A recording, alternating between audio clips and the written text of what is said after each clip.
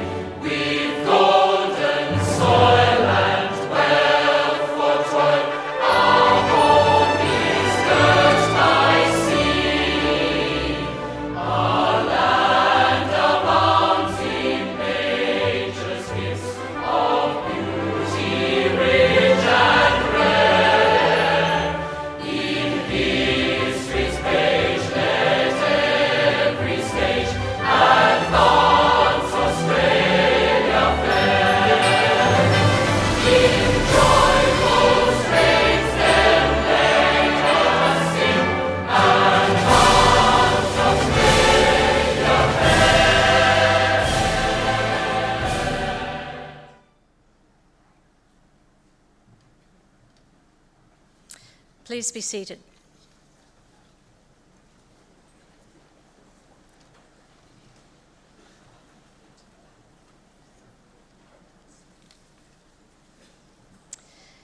Chancellor, University Council, Vice-Chancellor, distinguished guests, senior officers, academic and professional staff, graduands, families and friends. It is with pleasure that I welcome you to Victoria University's graduation ceremony for the College of Business and the College of Law and Justice. My name is Susan Young and I am the Dean of Students at Victoria University and your MC for today. On behalf of my fellow Victoria University staff, I extend a warm welcome and congratulate all the graduands on their achievements today. As a mark of respect to Australia's Indigenous people, we acknowledge the ancestors, elders and families of the Boonwurrung and Woiwurrung of the Kulin, who are the traditional owners of the university land. As we share our own knowledge practices within the university, may we pay respect to the deep knowledge embedded within the Aboriginal community and their ownership of country. We acknowledge that the land on which we meet is a place of age-old ceremonies of celebration, initiation and renewal, and that the Kulin people's living culture has a unique role in the life of this region. Now, before we undertake the conferral of awards, I would like to invite Mr. David Denton, QC, to present today's occasional address. David Denton is one of Australia's leading Queen's Counsel, practising in commercial law. He has been a barrister for over 30 years and was appointed a QC in 2001. He is a former president of the Commercial Bar Association, the largest organisation of practising commercial barristers in Australia. He is a member of the Advisory Board and chairman of the Conflicts Committee of Just Capital Litigation Partners Limited, and a fellow of the Australian Institute of Company Directors and the Australian Institute for Commercial Arbitration. In 2002, he was decorated with a Reserve Forces Decoration, RFD, for his services to the Army Reserve. David has been an adjunct professor in the College of Law and Justice since 2005 in the areas of commercial arbitration and corporate governance. I'd like you now to please welcome David Denton.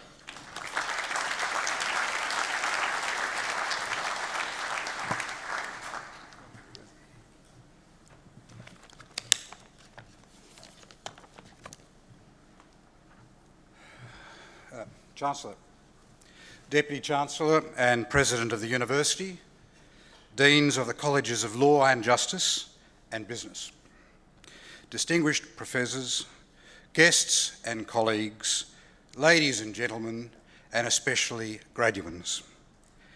As is most befitting today, as we ceremonially assemble at this place, I too acknowledge the ancestors, elders and families of the Boonwurrung and Wurrung of the Kulin, who are the traditional owners of this land, and I extend my respect to Aboriginal people, staff, students, community who are present today. Before I commence my address proper, I want to let you know two things to keep your interest up. I'll start with a quote and I'll end with a short joke, perhaps summarising your thoughts, and at least that will keep you waiting for this very funny joke. The quote I have chosen is from Robert Orban, who was a speechwriter to the United States President Gerald Ford.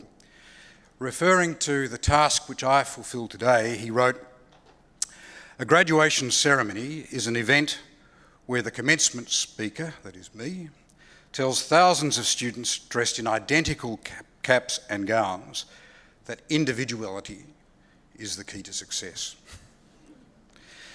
So it is an individual honour to be asked to address the graduating classes of the Colleges of Law and Justice and of Business at this great public university of opportunity, a continuing institution celebrating its centenary year, a university from which my eldest son is an LLB honours graduate who is now working in Hong Kong.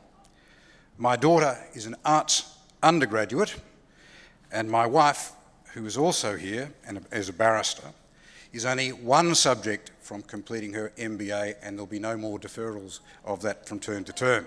So close. So as you can see, I personally have a very close connection with this wonderful institution. This day has caused me to reflect on my graduation from Monash University Law School over 3 decades ago.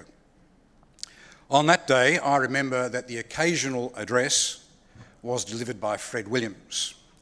He was then one of the most dynamic contemporary artists in Australia. I remember not so much the words, but rather the passion with which he spoke about the natural beauty of this nation. I've never been able to afford a Fred Williams painting. Such a pity, I hear you sigh.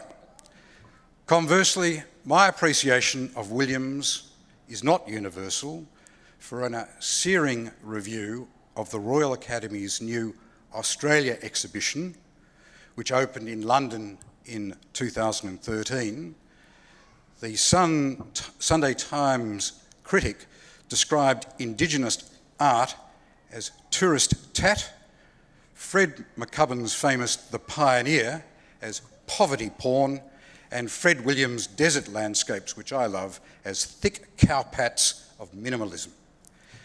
So you'll see that certain things that you take as being important and as being correct through your eyes, the same thing when viewed by others is completely the contrary. Notwithstanding this, whenever I do visit the National Gallery of Victoria and see a Williams, I am reminded of my graduation and the hopes I had for my future. Hopes to a large extent I'm very happy to say I've achieved and enjoyed. So here I am now in a similar position to Fred Williams, seeking to find useful words to provide to you to take away from your graduation day, in addition to your glorious testimonials that you will shortly receive. I am not a world-renowned artist, but merely a humble barrister who has a great affection for this university and its ideals, so there will be no pressure on me whatsoever. I've been thinking, though, as my address may come up as a topic for discussion later in the day, if only to deflect attention from other topics like job interviews and HECS repayments, what the different audiences here today may take away from my speech. What will you say when, for instance, your grandmother asks, "So what did you think about that speaker today?" Now, before you can answer that too harshly, let me outline the three themes I'll ask you to take away and to consider from this day. They are: 1, luck plays a part; 2, technology will continue to intrude, so use it; and 3, at some point you must put back into our community. An academic graduation, like a religious ceremony, is a serious occasion, attempting to communicate something which, while rational, cannot be contained within the confines of pure reason or words. It is touching upon something far loftier, indeed jubilant in a sense, not just for you, but for every person in attendance here today who has a connection with your success. As an occasion, we are all wearing gowns of some sort and in a variety of colours. In this, you join an ancient tradition. The earliest standardisation of academic address occurred in England as a coincident of a 13th century edict at the College of Oxford, where it was declared that all clerks would wear a form of cappa clausa, a long cape, traditionally worn over a robe, something similar to what you're wearing today. In short order, this became the mark of an academic, and looking around today, you look very academic.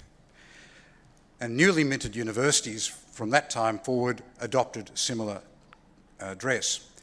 On the continent in 1321, the University of Coimbra in Portugal mandated that plain gowns be worn by bachelors and doctors, much as you wear today also.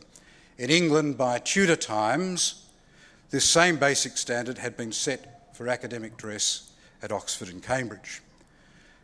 Gradually, more comfortable versions of that gown were adopted, and as for colouring, things remained very plain, generally black, but it was not until the late 1800s that the enormous change to fashion, which you can see before you today, became the mark of those who've truly excelled in academia and wear the gown of doctorate. So having dealt with the fashion which you can see today, and I hope it's important for you to realise why you're wearing what you are wearing, let me turn to the first of my themes today, which is 1, luck plays a part. Now, you may not have chosen your graduating degree as your first choice. I know it was not for me. I first chose to be an army officer studying at the Royal Military College, Duntroon. From the time I commenced at Duntroon, I enjoyed my decision and looked forward to completing the 4-year course, obtaining an arts degree and commencing as an army officer. Unfortunately, or so I very much thought at that time, in my second year I contracted a very serious strain of glandular fever. This was to derail my studies and my regular army career. What to do? I had a partially completed arts degree and a debilitating illness. I can tell you that my father was not too keen for me to return home. I, being the eldest of six, and in a way my parents had fully adjusted to the household, having shrunk by at least two at that stage, as my second brother had also moved out. Still, for my part, I knew I had to do something. So by force of circumstance and a desire to get on with my life, I approached and was accepted by Monash University to allow me to continue my arts degree. However, what on earth was I going to do with an arts degree? You may ask that about your first degrees as well. I looked around within the university and decided upon making an application to transfer to the Faculty of Law. As luck would have it, the sub-dean of the law school was an old Duntroon graduate. Now, I'm not saying that my academic results that I'd achieved by that stage were not sufficient for me to be able to transfer from arts into law, but I can tell you, having an old Duntroon man interview me, luck played a part. I got in. I absolutely loved the study of the law, and I can see all of the white before me today and congratulate those of you who are going to join my profession in the law, and I hope it brings you as much happiness and enjoyment as it has to me. To this very day, I love the practice of the law. However, remember, this came about more by way of an illness and a desperation to find a career towards the end of my first degree, coupled with the fortune of being interviewed by an old Duntroon graduate. So you can see already that life has its ups and its downs, and to a very large extent, a bit of luck along the way can break your way and make a significant difference to your life. Your life is not mapped out. As one door closes, you open another. Now, I do want to make this head on. For those of you who are graduating this day in law, you are graduating from one of 36 law schools conducted out of 43 universities in this country. At my time, similar to yours though, there were 19 universities and only 10 law schools. It's been reported in the Lawyers Weekly not too long ago, and there will be a silver lining here, but it is probably the worst time in living history to be a law graduate. Competition for work is so fierce that some graduates are returning to university, some completing an honours and a master's degree to avoid unemployment. But I can tell you this, as an old man before you, the same was said when I finished law school. There are ups and there are downs. That does not make things better, but you cannot dwell on what is happening to other people. It is you who will be in charge of your professional life. This may not be how you saw things when you first enrolled in law school or indeed the business school. But if it is the reality you are facing, remember, a bit of luck along the way can break your way and make a significant difference to your life. But you must be part of making that luck. For my part, a further bit of luck occurred in obtaining a starting position with a city law firm. However, I had already decided I wanted to be a barrister, not a solicitor. So when was the right time to make the change? Traditional wisdom has it to work as a solicitor for a number of years, make contacts, then go to the bar. I would have none of that. I worked 1 year as a solicitor and then straight to the bar. It's as simple as this. I figured out if I was going to starve, I would rather do it when I was young and foolish rather than mature and sanguine. I love being called to the bar. I have been a barrister for 34 years as of the 20th of May. I started practising as a criminal barrister and prosecuted many jury trials, but wished to move to commercial law, which I did and continue to do. However, luck has continued to play its part, whether it be obtaining a brief or more importantly, perhaps drawing a sympathetic judge. In 2001, I was appointed as Silk, initially as Senior Counsel, and we've now reverted to the title of Queen's Counsel. That title was bestowed upon me by the Chief Justice and then the Governor of the State. I have responsibilities, therefore, as a senior member of the legal profession, to my colleagues in practice, and an utmost duty to the courts. I have been lucky to appear in every superior court in every state and territory of this country, including the High Court. I have been lucky to be retained in matters in South Korea, Hong Kong, Fiji and France. As you can see, luck has continued on. That luck will also follow your way. Since 2004, I have assisted the College of Law and Justice and the Sir Zelman Cowen Centre, and I have been fortunate to be an adjunct professor in this university for over a decade. I know I've even taught some of you, and I'm very grateful for that opportunity to have met you as a student. But let me tell you this, that those of you who have put everything into your degree and done well, I tell you as a matter of fact, you are the equal of every one of those students from the older universities, without doubt, and never doubt it. Just make yourself some luck to show off those abilities you know you have. I now turn to my second theme, which is technology will continue to intrude, so use it. It will be amusing for you to know that, this is not the joke, but when I commenced in the law, there were no computers. We either handwrote documents or provided them to a secretary on a magnetic tape. Documents once typed were temporarily stored on a magnetic disc, and small corrections could be made from this disc. Photocopiers were the size of mini tanks.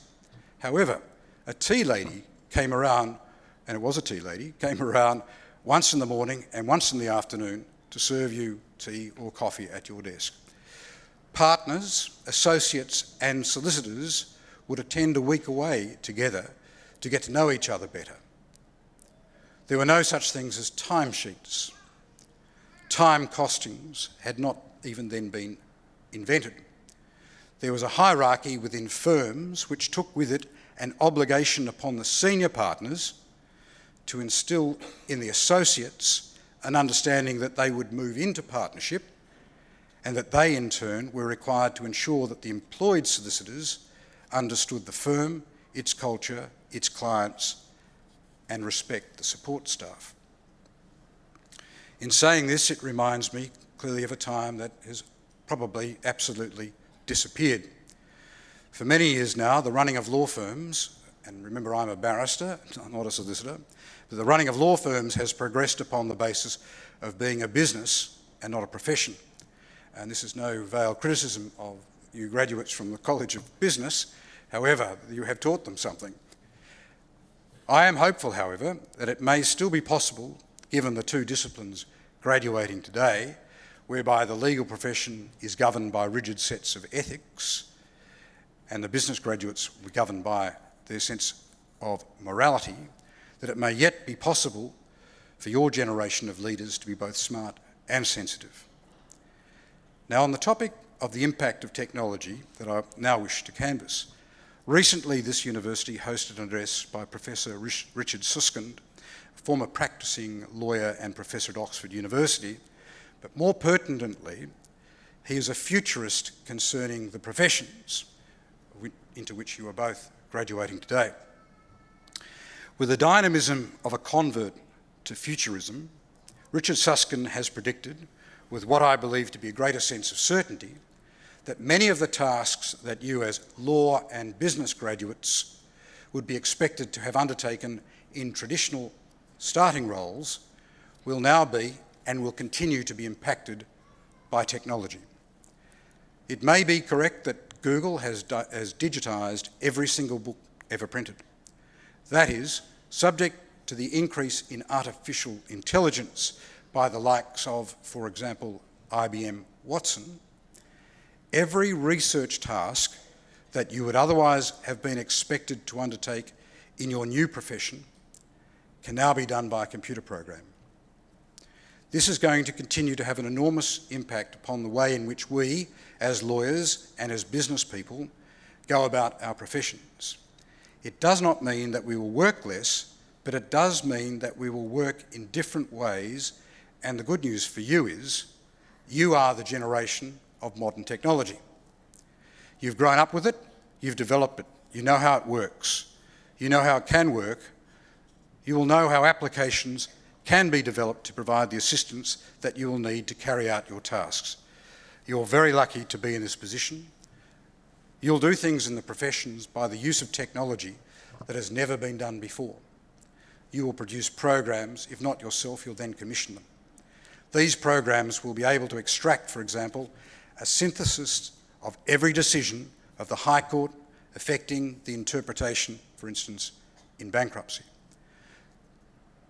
You will not personally have to trawl through cases yourself, but you will define the parameters and the information will be provided to you by use of an artificial intelligence that I can only think about, but you will participate in its delivery.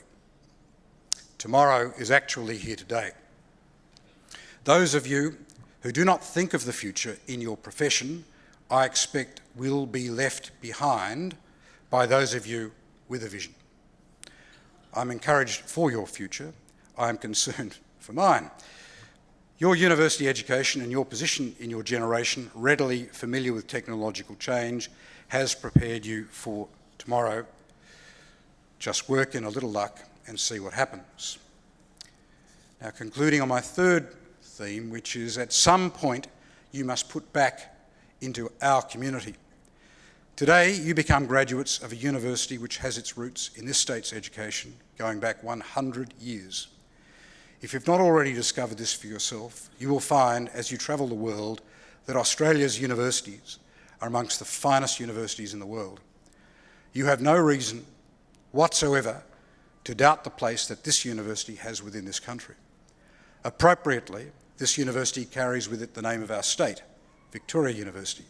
It's ranked in the top 4% of universities in the world. And so it is that from today, you enter into the leadership of our community. This university is a public institution. The public has made this facility available to you to obtain your degree. As such, a university education brings with it not simply personal rewards, but a debt due back to the whole community. You are not required to start giving back from this day. I hear you breathe fortuitously. This day you may certainly and truly take off and outrageously celebrate. However, at some point in your professional life, an opportunity will present itself which you can either accept or reject. That will be, do you make yourself available to use the knowledge and education you have acquired from this place in some small way to assist others? When that time comes and the baton is being offered to you, I urge you to take it up, run with it, achieve for others, then pass it on to the next person. If you can do that, even once in your professional life, you will have helped discharge that duty that you owe to your community, state and our nation as a graduate of a leading public university. Chancellor, I know that our graduates won't really remember my speech next week, unfortunately, and possibly won't even remember who I was. But if I'm a bit lucky, and as you've heard, I have been so far, you might remember one or more of my three themes today. Luck, technology, and you must give back. I'm enjoying a marvellous life, and I can only wish the same for you. Now, this is a short joke.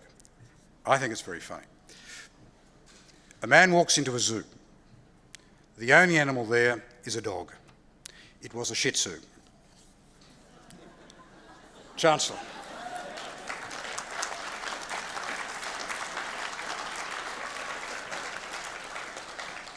Chancellor, to all of you today, thank you so much for the opportunity to participate. Thank you for listening, and I truly congratulate you all. Thank you.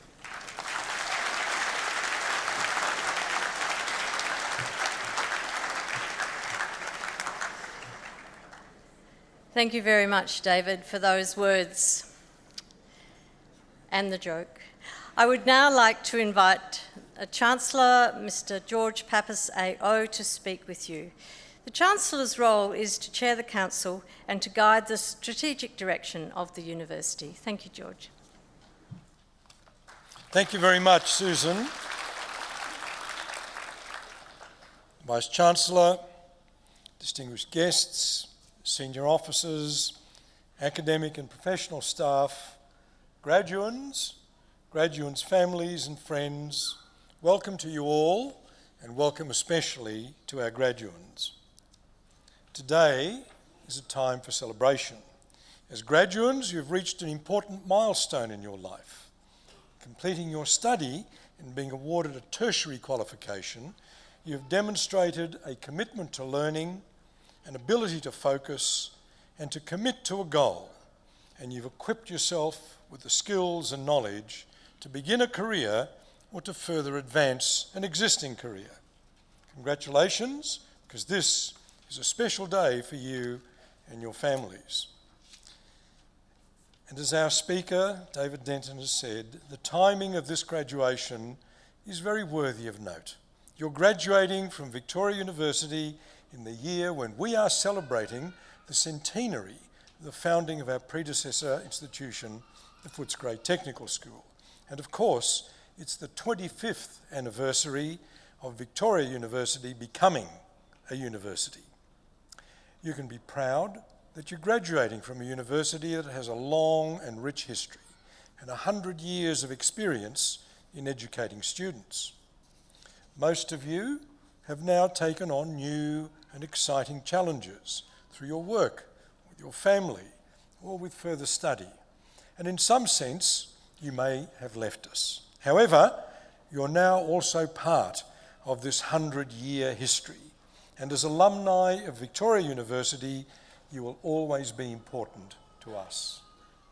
For that reason, I just want to take a few minutes to remind you about your university, so that you can also take pride in being part of our extended community, the Victoria University family.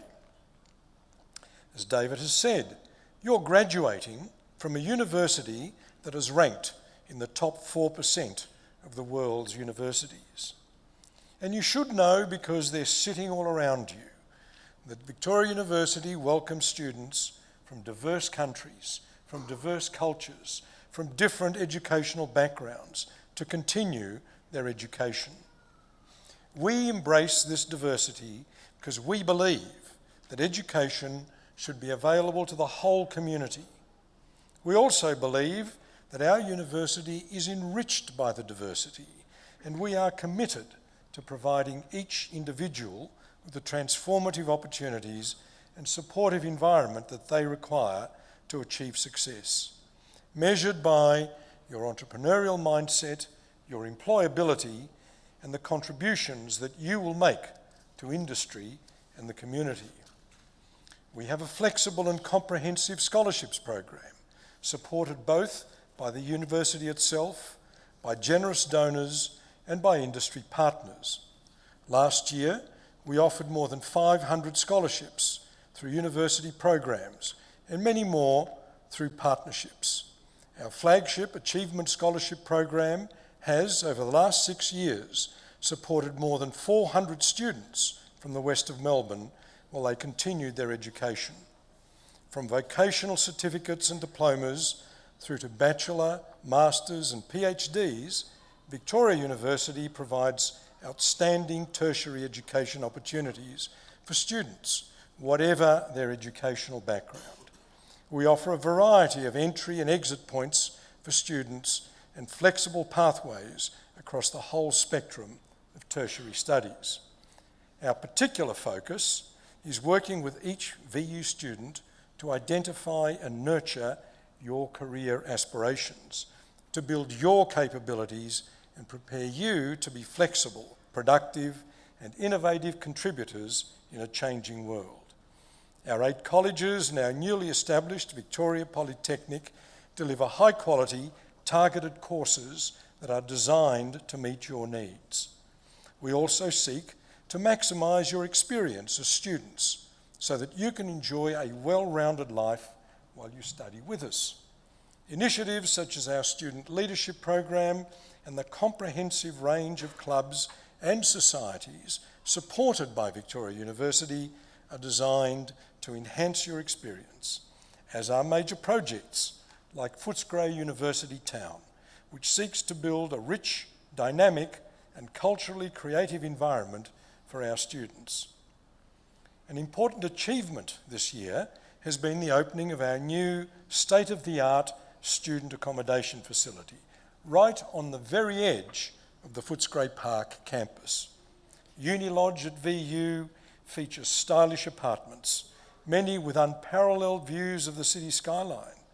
It also offers a variety of student activities, including a residential life program with trips, events, fitness and health activities, career and life skill workshops. Giving you an understanding about the way the real world works is a high priority, and we nurture relationships with your industries and with our community so that we can prepare you better for the world of work through work placements and through work-integrated learning. The College of Business and the College of Law and Justice are connected in the community and offer a variety of practical placement opportunities. The Centre for Work-Integrated Learning within the College of Business was designed to support and assist College of Business students in preparing for employment. The Centre coordinates workplace learning in two areas: cooperative education and business integrated learning. It produces mature, focused graduates with the skills to immediately play a productive role in any workplace. The College's MBA continues to be highly regarded and was ranked as one of the top 10 Australian MBAs in the biannual Australian Financial Review BOSS survey.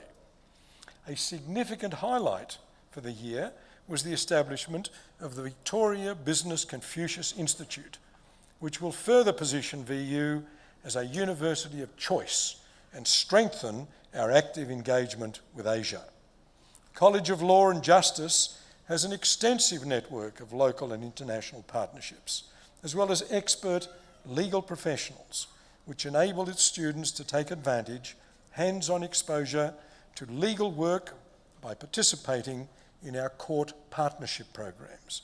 It also provides opportunities to take part in local, international and award-winning moot competitions and access to a tight-knit community right in the heart of Melbourne's legal district, close to the Supreme, Federal and Magistrates Courts, together with involvement with practical-based research staff and industry partners. Internationally, the College signed a Memorandum of Understanding with Northwest University of Politics and Law in China in 2015. The President and Vice-Chancellor of Northwest University visited the College and attended the Law and Governance Conference in April 2015. The Sir Zelman Cowen Centre also plays an important role in building links with the community, and especially the courts, through the newly established Courts Academy. You've all benefited from these programs, and today more than 270 of you will graduate with an enhanced understanding of how you can apply your knowledge in the workplace. Some of you will have a clear idea of how you will use your hard-earned skills and knowledge. And some of you will decide to continue your study or to undertake research to further enrich your understanding of the world. For each of you, our goal has been to help you cultivate your natural abilities and reach your own goals. Our efforts on your behalf and on behalf of future students will continue. But today is about your future and not ours. It's now up to you to use all that you have learned to achieve success on your own terms. I encourage you to remain connected to the VU community as a member of the Alumni Association in order to continue to build your personal and professional networks. I have no doubt that you will be wonderful ambassadors for Victoria University. Congratulations once again, and take all that you've learned and believe in yourself. And to the family and the friends who are with us, can I remind you that notwithstanding the fact that David Denton said graduation ceremonies are serious celebrations, they are celebrations. We do combine the traditions that go back 1,000 years of a formal ceremony, also with the informality and the celebrative atmosphere that goes with distinctive Victoria University graduation ceremonies. What does all this mean? It means that I want you to cheer and clap loudly for every person who comes up on stage. Don't hold back. You know, everybody who's getting an award today has worked really, really hard for their achievement, and they deserve the loudest acclamation that you can give them. And I say to all people at graduation ceremonies, if you don't clap loudly enough, and if you don't cheer loudly enough, you won't be invited back. So, to the graduates, could you all please stand?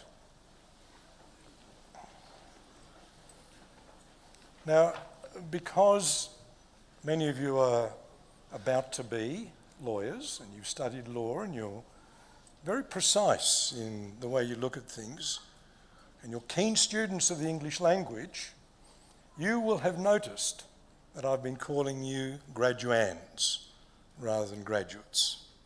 And that's because you haven't quite graduated yet. You're in the process of graduating, but you are about to become graduates. And in the next few minutes, when I was going to say the magic words, but they're not entirely, they're formal words, you will become graduates of this university. So I call upon the chair of the academic board, Mrs. Deborah Tyler, to present the authorised record of all conferred graduates for this ceremony and for those in absentia.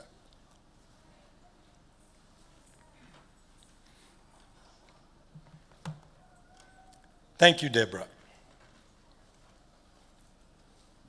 And this is the important part. By virtue of the authority vested in me by the Council of Victoria University, I admit the duly authorised graduates to the appropriate awards and to all the rights and all of the privileges of those awards. Congratulations.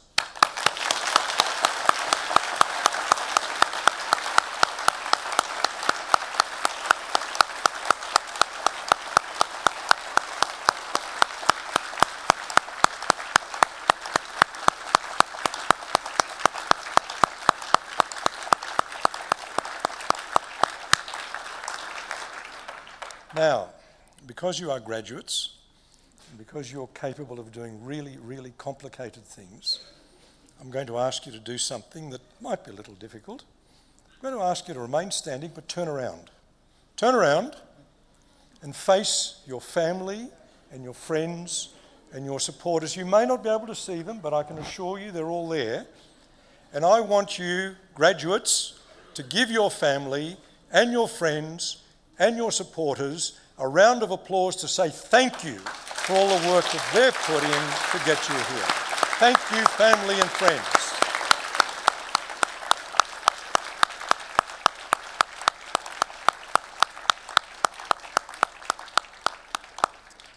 You can turn around now and resume your seats.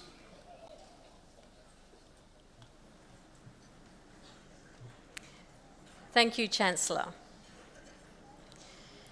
I now call upon the Dean of the College of Business, Professor Colin Clark.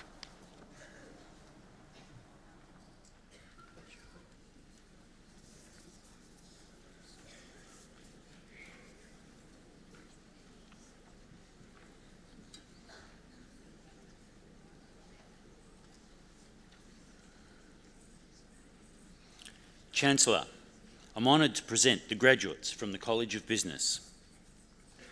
The following graduates have been awarded the Graduate Diploma in Professional Accounting. Zi Yi Qing.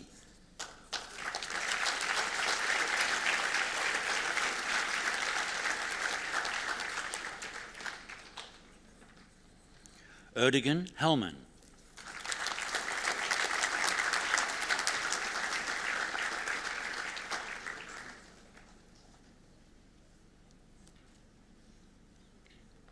Tajinder Singh.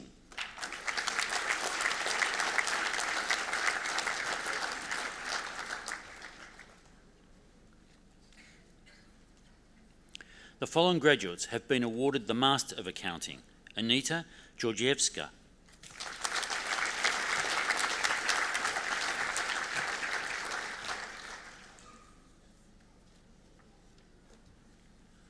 Sarah Cataletta.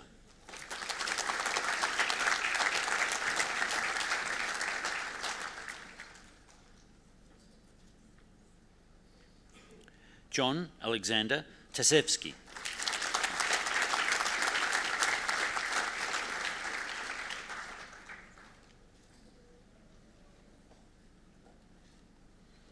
Jia Li Wang.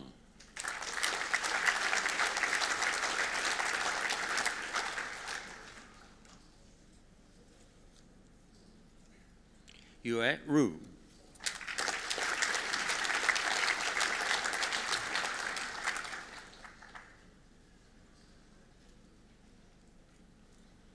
The following graduates have been awarded the Master of Business Accounting.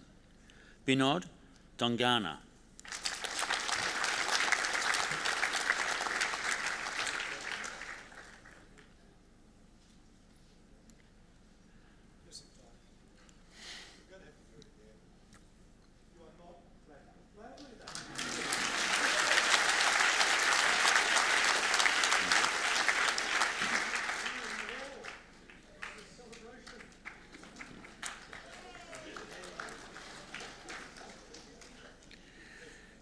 Sandeep Huda.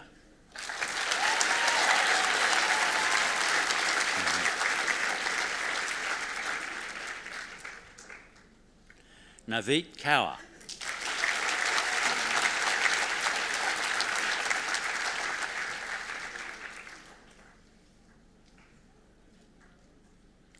Shawaldeep Kaur.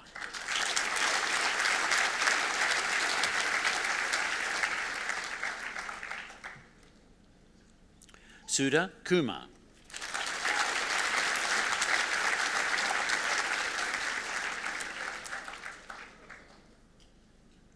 Shristi Manandar.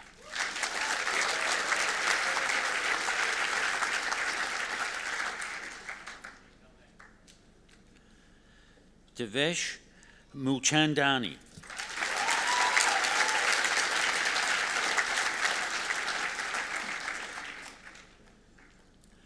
Madhvi Rani.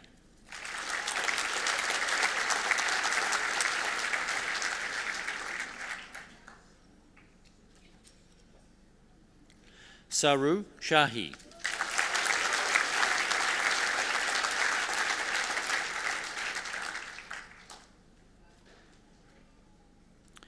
Renu Sharma Parajuli.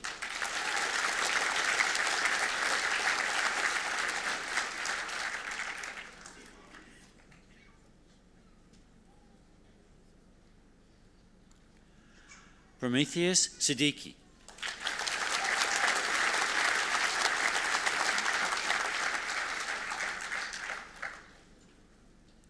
The following graduates have been awarded Master of Business, Enterprise Resource Planning Systems. Rebecca Ahmed.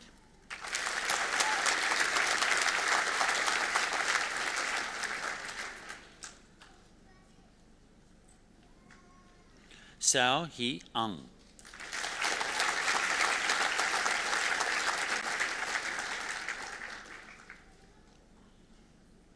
Johnson Christaraj.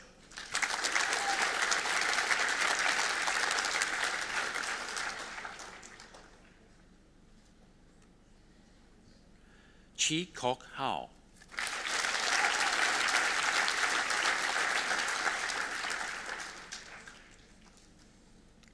Wilson Chin.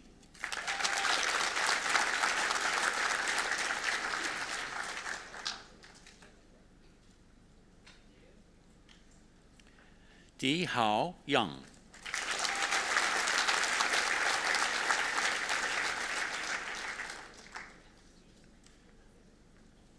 Cesar Silvestre Fabu Nun.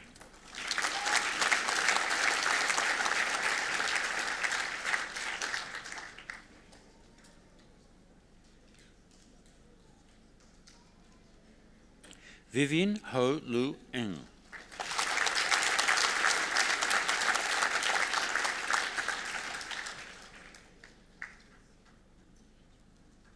Khalid Jamil.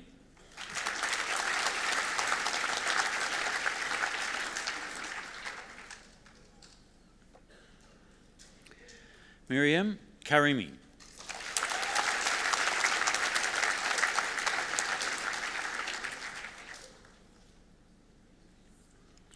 Jyothirmay Krishna Matapati.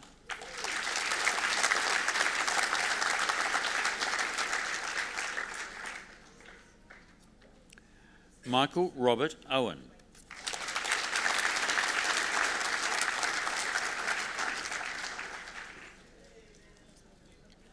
Olivia Sadikin.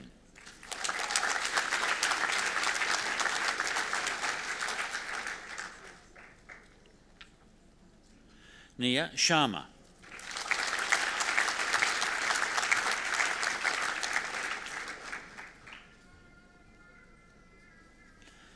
Tan Sio Peng Josephine.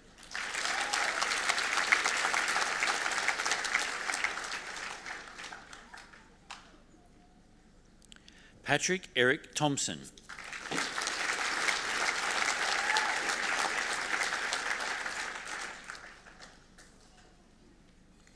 Canon Venkataraman Ujam.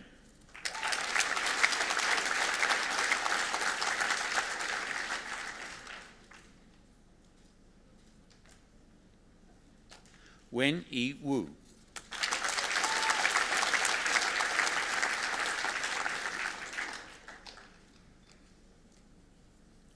Grace Tong Yun Yeo.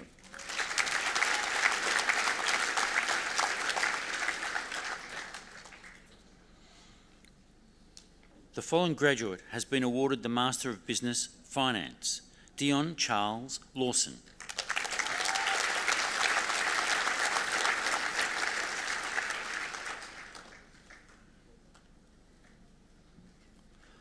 The following graduate has been awarded the Master of Business Hospitality Management: Lita Raksasat.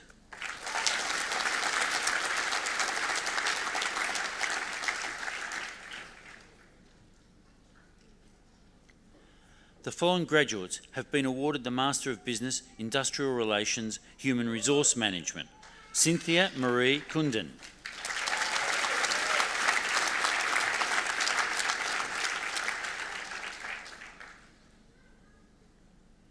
Jessica Gayashini Fernando.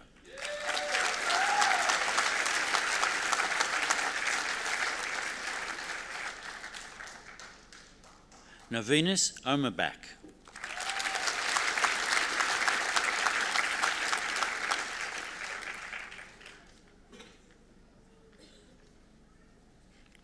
Dalibor Radovanovich.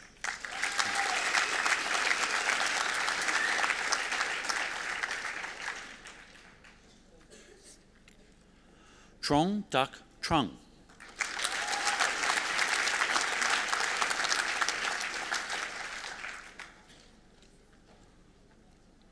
The following graduates have been awarded the Master of Business Information Systems Enterprise Resource Planning Systems: Surab Aurora.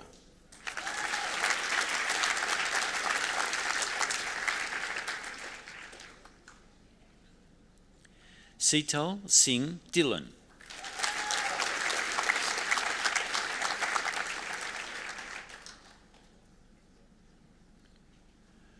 Nur Nisa Amyati Dilyani.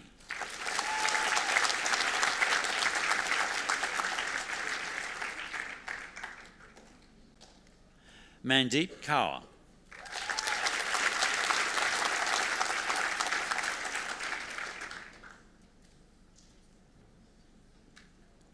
Harpreet Kaur.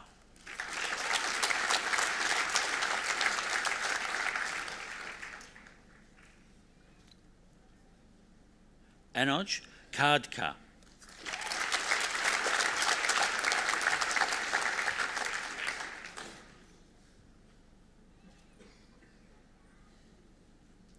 Kanchan Manandar.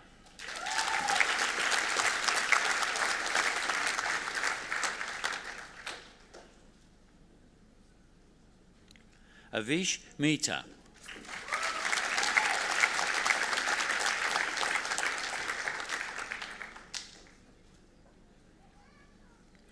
Suthon Nantapida.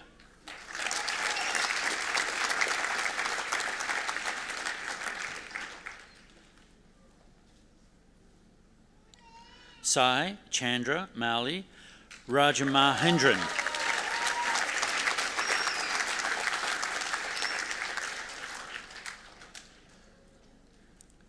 Ranjita.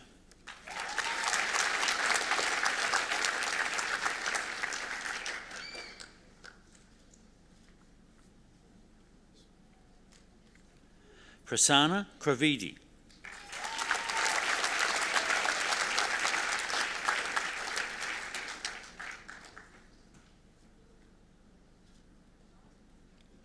Gagandeep Singh Rihal.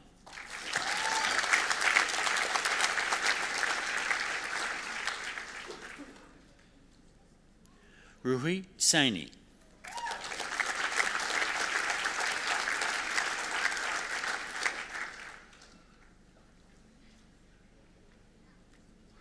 Surinder Pal Singh.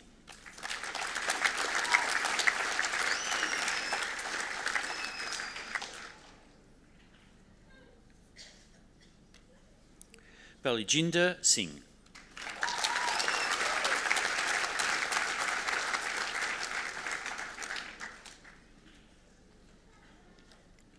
The following graduates have been awarded the Master of Business Management: Stephen Hendrik Baccarin.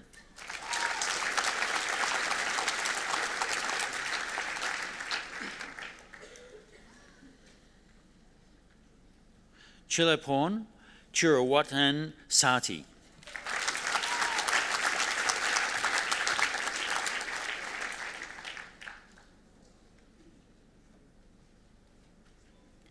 The following graduates have been awarded the Master of Business Marketing: Maria Macedo de Oliveira.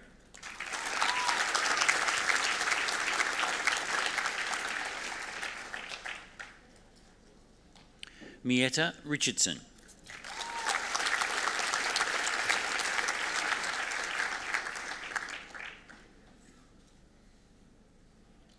Jayant Verma.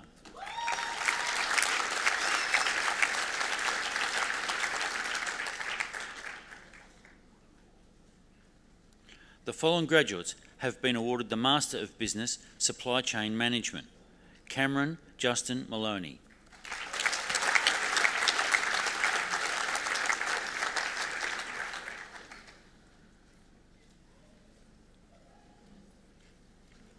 Pausavana Pausahavong.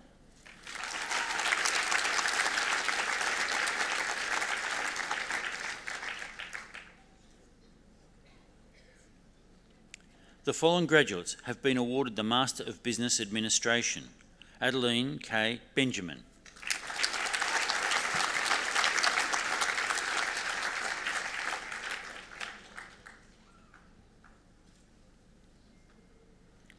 Christy Lee Bahaja.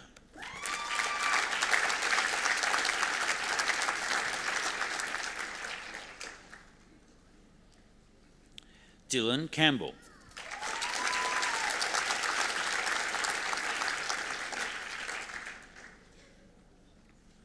Christopher Roger Daly.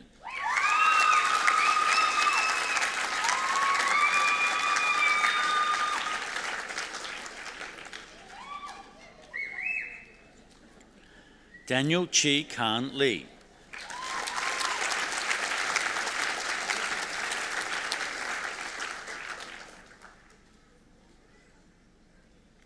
Paul McPherson.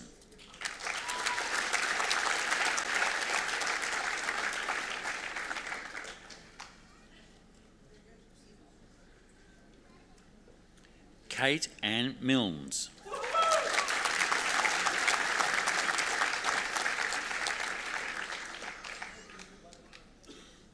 Jay Peters.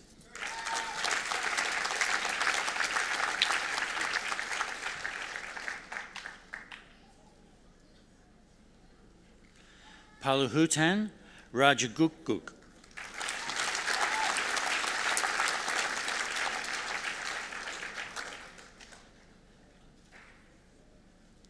Justin Carey Watts.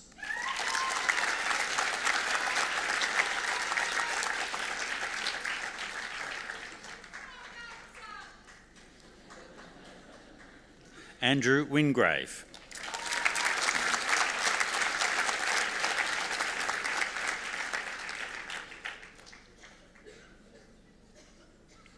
The following graduate has been awarded the Master of Business Analytics: Nuwan Ramawikrama.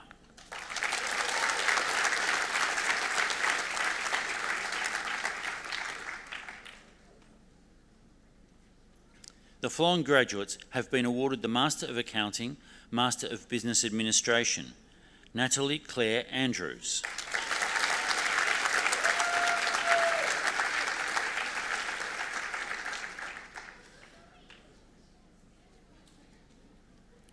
Prachi Bra.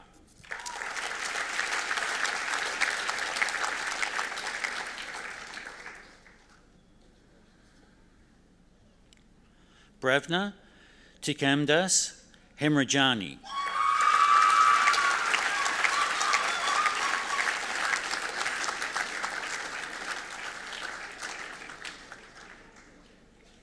Sukhmeet Kaur.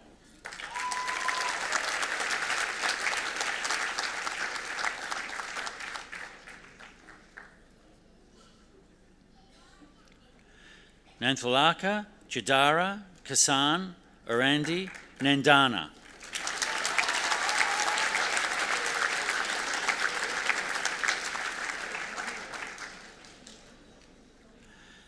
Tao Ai Ni Nguyen.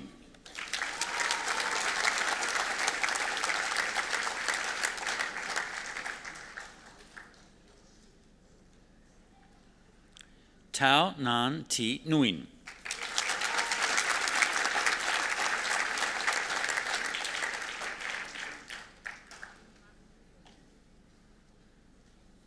Kuthandi Arachige Asela Pereira.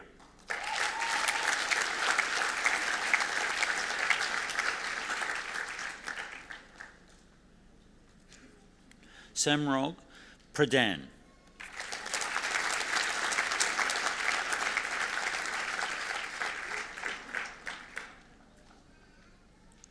The following graduates have been awarded the Master of Accounting, Master of Business Enterprise Resource Planning Systems: Paras Gupta.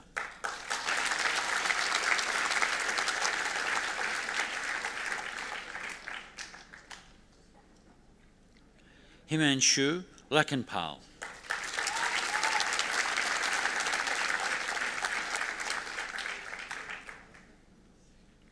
Adil Nauman.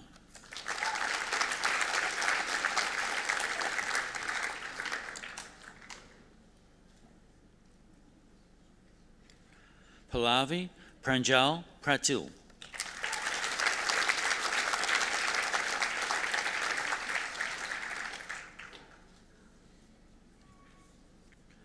Simratpal Singh.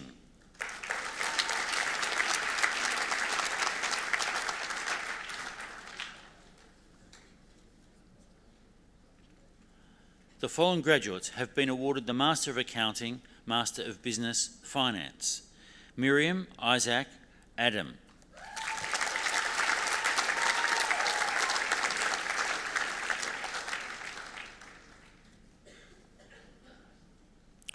Chavi Chopra.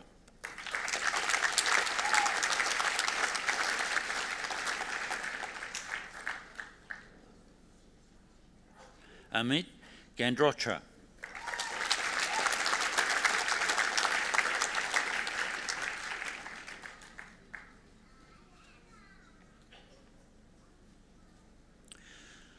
Sujiwa Pradipika Vicunigrads.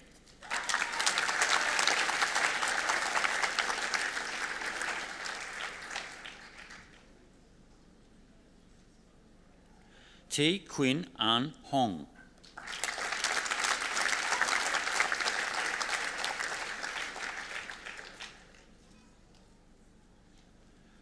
T. I. Quinn Nguyen.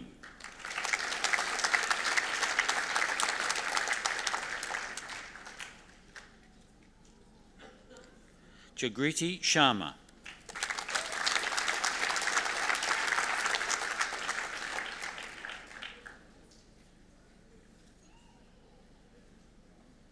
The following graduates have been awarded the Master of Business Enterprise Resource Planning Systems, Master of Business Administration: Mahosari Subramani,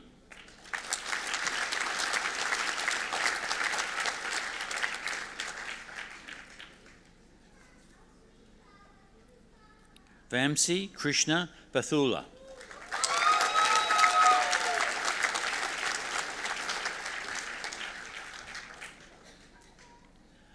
Victor Chandra,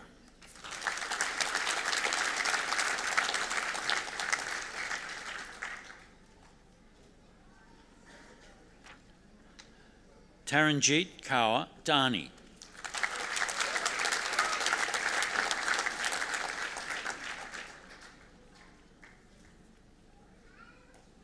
Aaron Dhamarajan,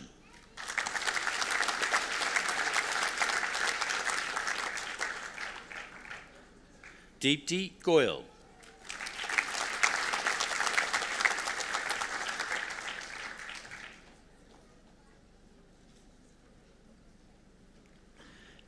Ambika Isuka Patla,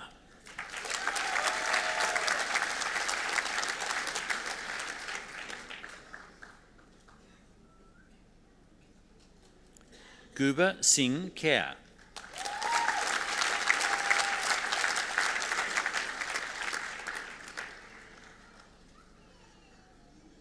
Sumit Kochar,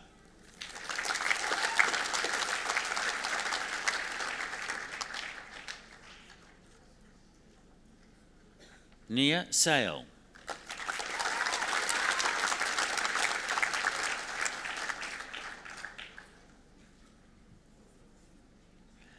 Ashik Deep Singh,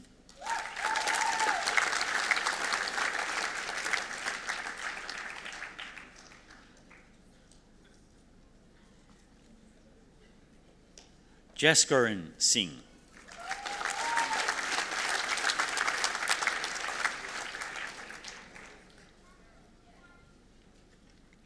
The following graduates have been awarded the Master of Business Finance, Master of Business Administration: Manoj Kumar Bindra,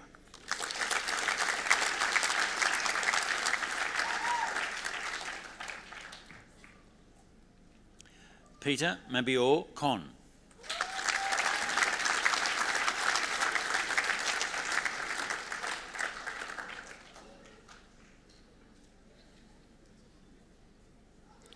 Chennai Makamba,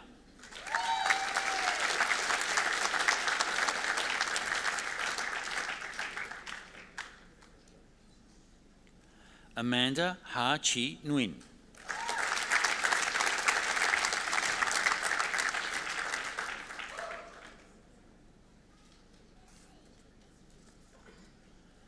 Pale Ben Vala,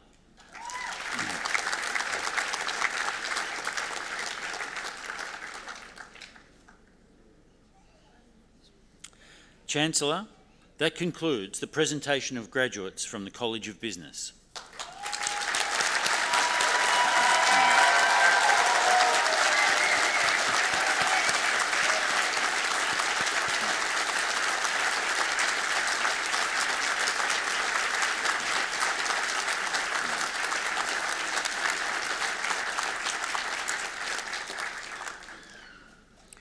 I now call upon the Dean of the College of Law and Justice, Professor Andrew Clark.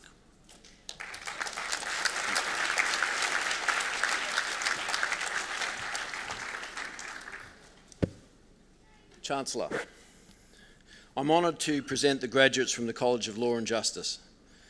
The following graduates have been awarded the Bachelor of Laws. Yajaya Appeldorf.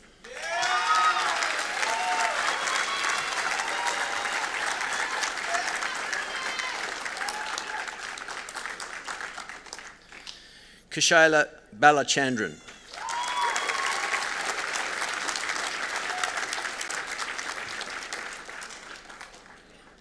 Susie Beck.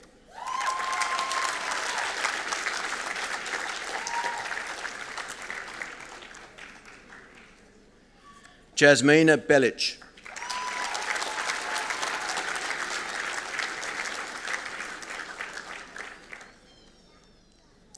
Emily Jane Brown.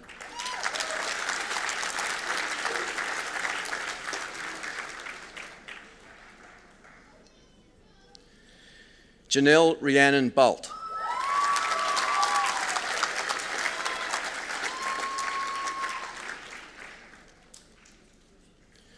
Michael Carfora.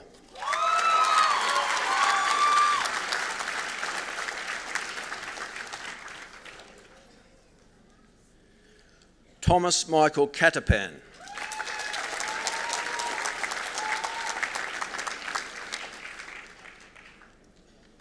Benny Chong.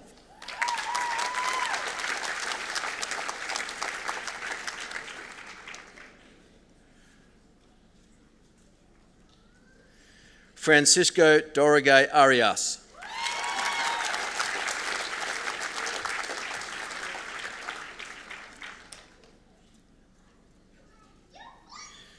Nicholas Kevin Flanagan.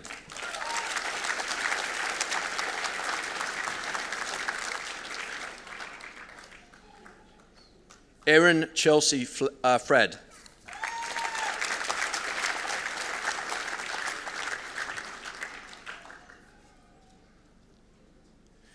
Stephanie Laura Gauci.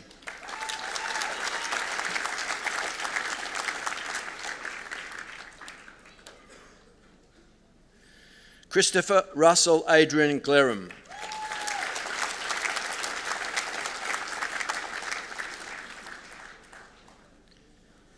Abraham Isaac.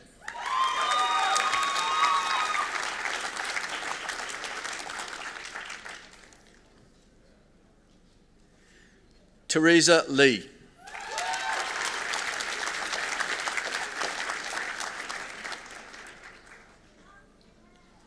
Bethany Ledin.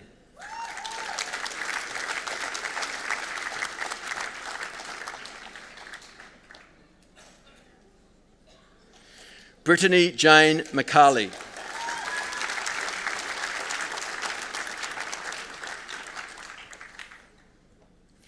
Michael Francesco Minoria.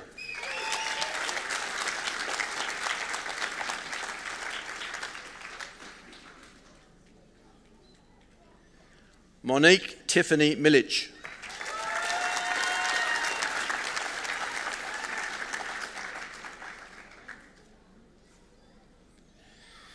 Marie Evangelique Mitilinius.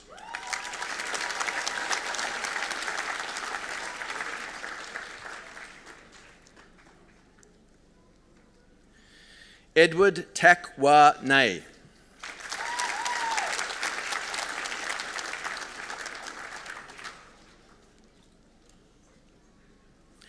Joseph Andrew Palamara.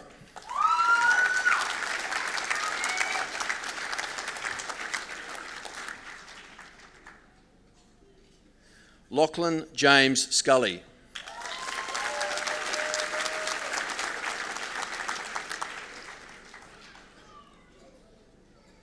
Ante Sentich.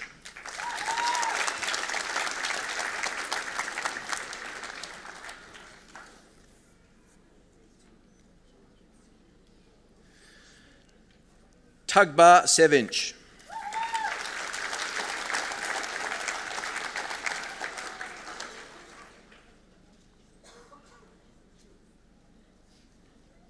Stono Slaveski.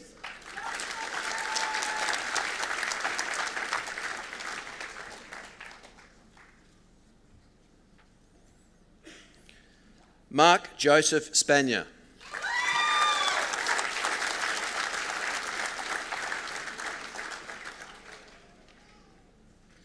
Natasha Todorovska.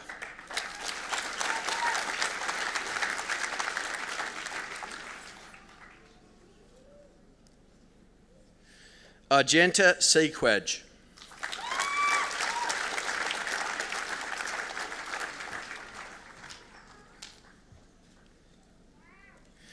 The following graduates have been awarded the Bachelor of Laws graduate entry. Rand Al Jabori.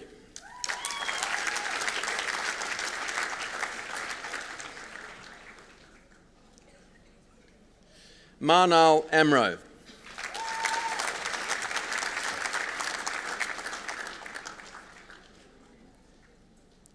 Caitlin Jane Baker.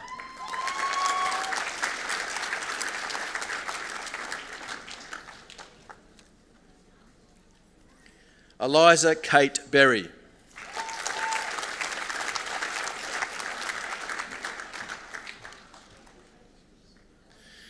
Richard Anthony Brownlee.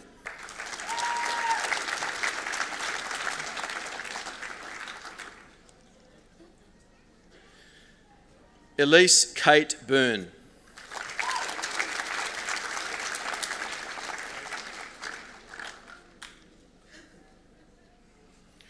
Mazarul Hock Chowdhury.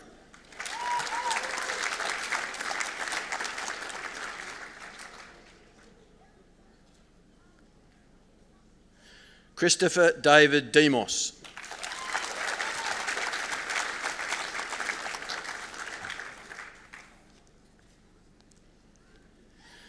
Susan Hamidi.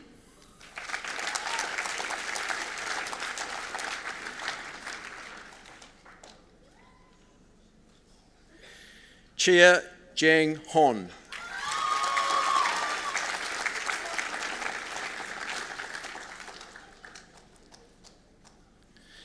Sarah Alexandra Lay.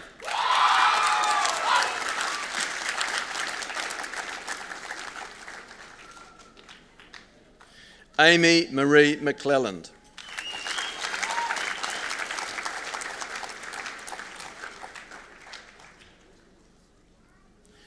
Rona Arogue.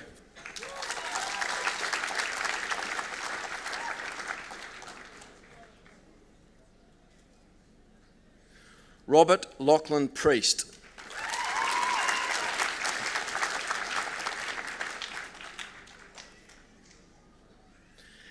Alice Dominguez Quaresma.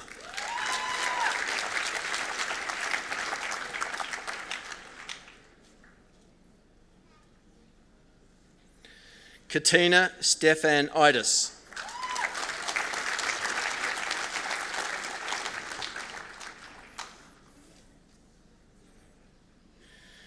Teresa Tazangi.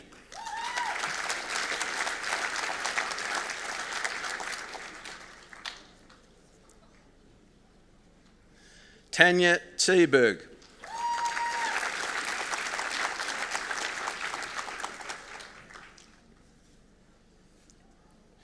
Umbalo Tara Rose.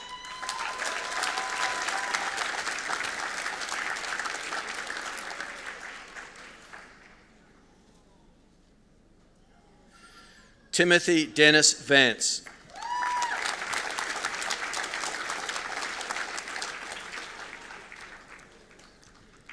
Raheel Yamain.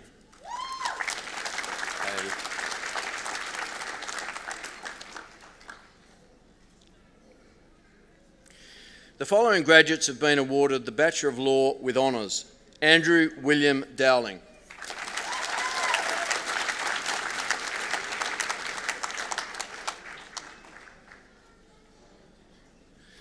Jasmine Fuau.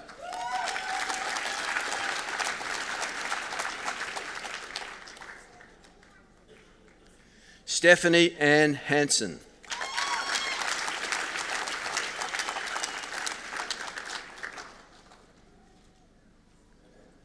William Judd Harding.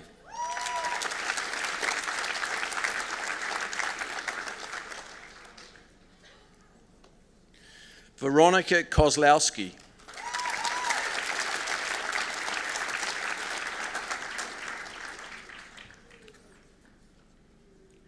Gary Marocchi.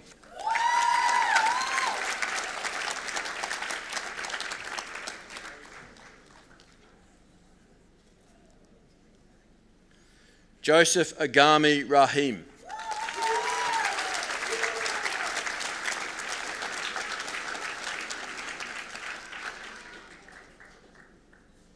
Emily Jane Reaper.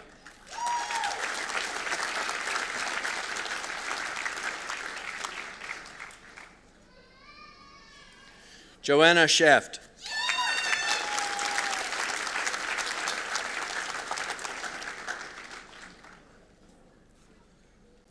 Daniel Alexander Tazewski.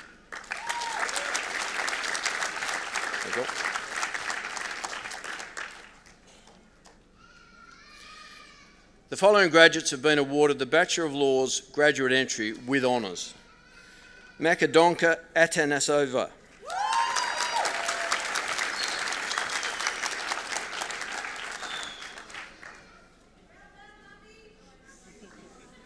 Nicole Alexander Christou.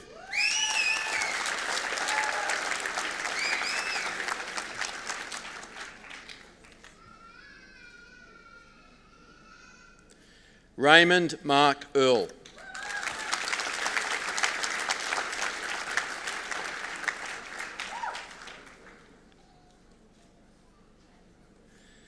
Taya Suzanne Ellis.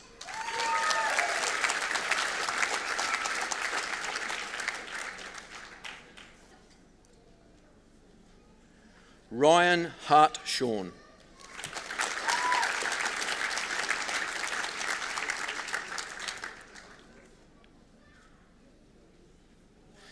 The following graduates have been awarded the Bachelor of Legal Practice Management. Peter Duzic.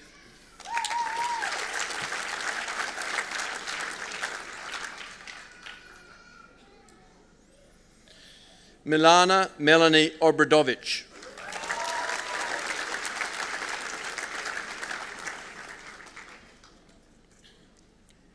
Andrea Melina Saliba.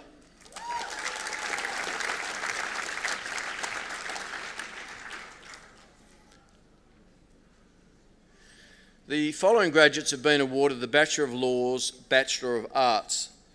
Sonia Angela Campanaro.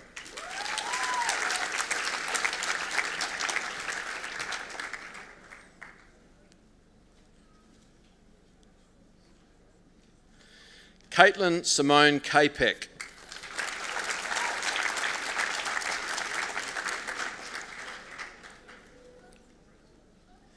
Vincent Lee.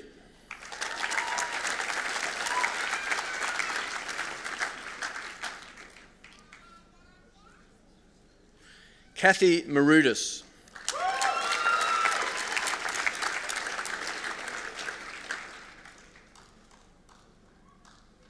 Julianne Sanchez.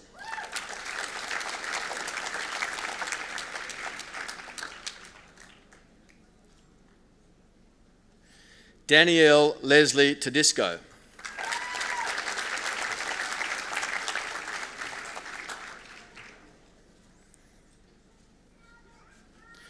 Zoya Zavossi.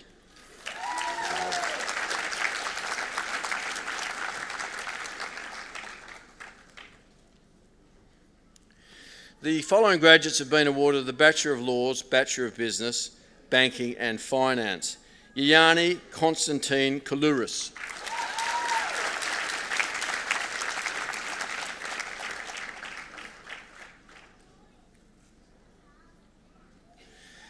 Natalie Schaungas.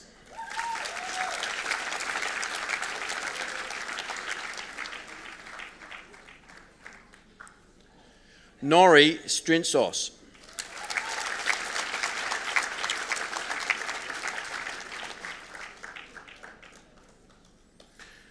Rebecca Elora Swagoft.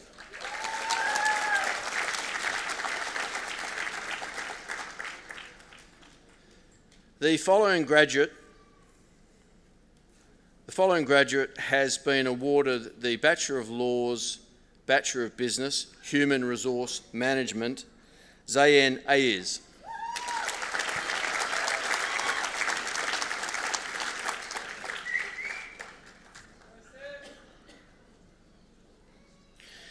The following graduates have been awarded the Bachelor of Laws, Bachelor of Business, International Trade: Miriam Monika Puska.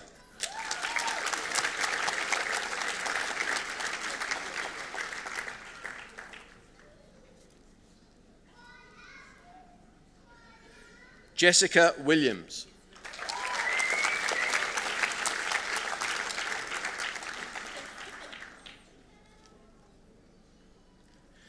The following graduates have been awarded the Bachelor of Laws, Bachelor of Business Management: Rebecca Mowad.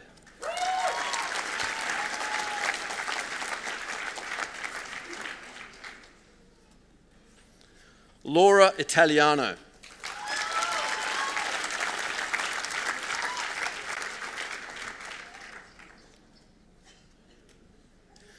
The following graduates have been awarded the Bachelor of Law with Honours, Bachelor of Arts: Dacia Teresa Abila.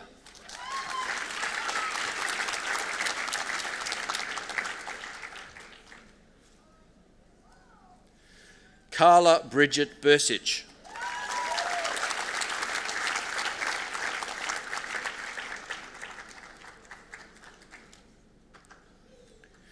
Gemma Roselia Coutry.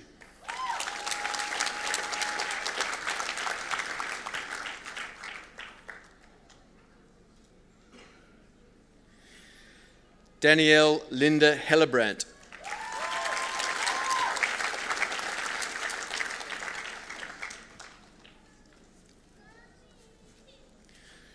Hamish Connor Hudson.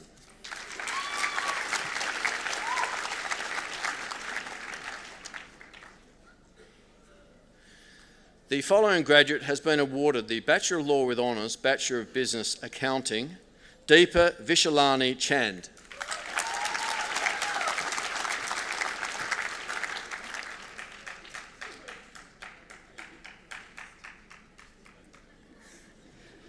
The following graduates have been awarded the Bachelor of Law with Honours, Bachelor of Business, Banking and Finance: Pamela Koutramanis.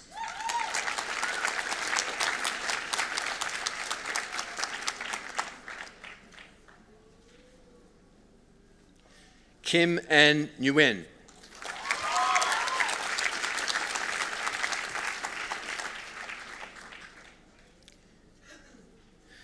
The following graduate has been awarded the Bachelor of Law with Honours, Bachelor of Business, Music Industry: Sophia Papadopoulos.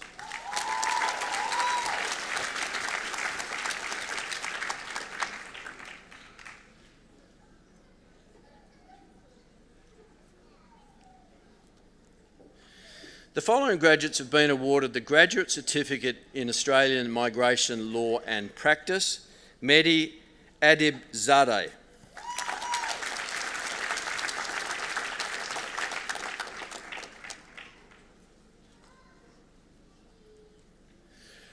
Mohammed Usman Bashir.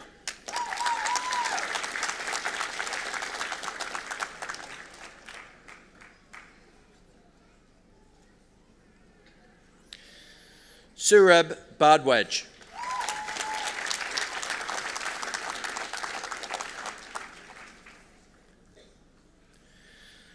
Gurleen Kaur Bijan.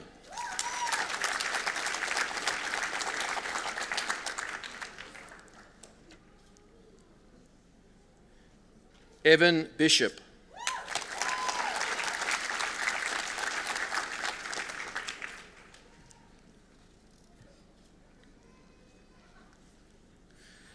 Travis Brooks Garrett.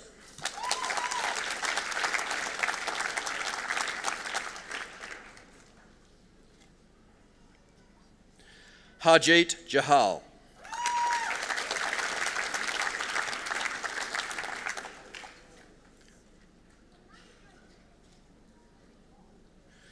Kusum Chechchi.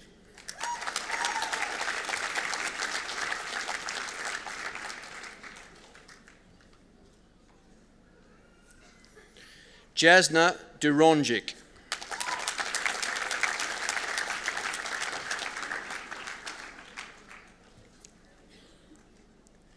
Anna Liza Escotto.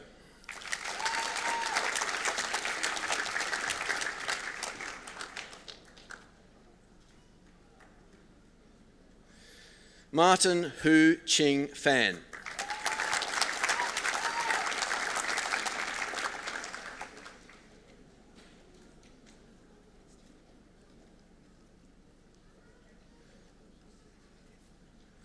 Sunil Guy.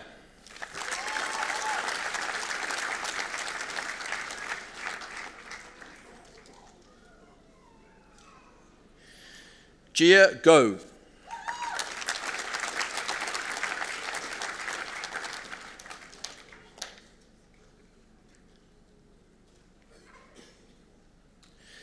Nicholas Hansen.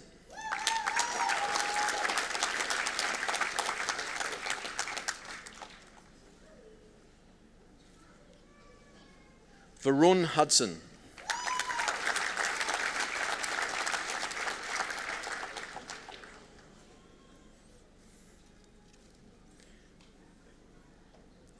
Ahmed Ismail.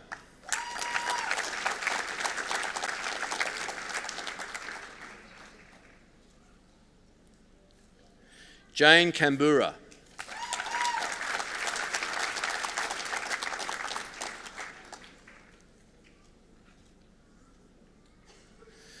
Carlisle Khan.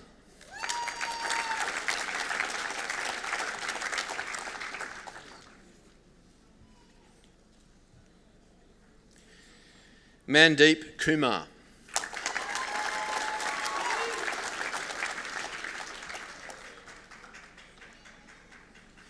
Tina Lewis.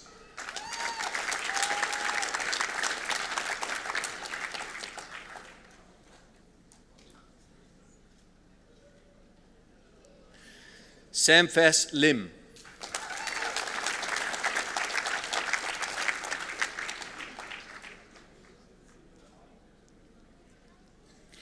Bolin Liu.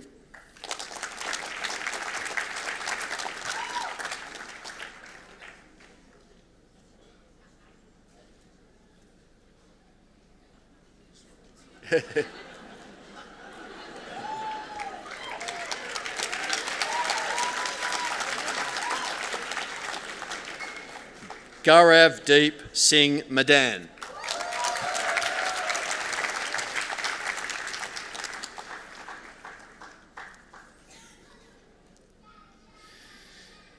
Kenta Matsu Kubo.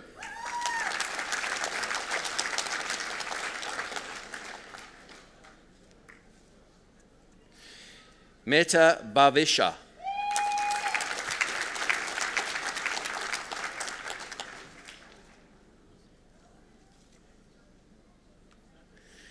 Annabelle Mendoza.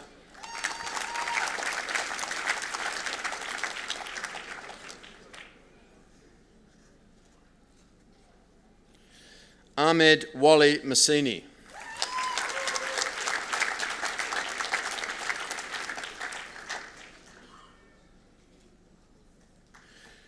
Yunus Muhammad.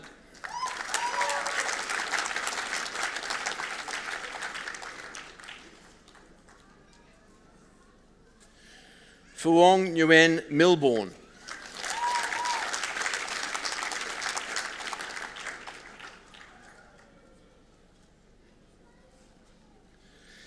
Patel Girish Kumar Jayant B.I.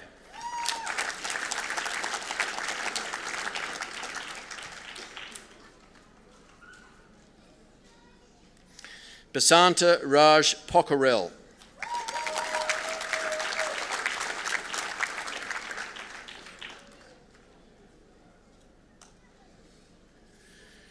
Shafali Purai.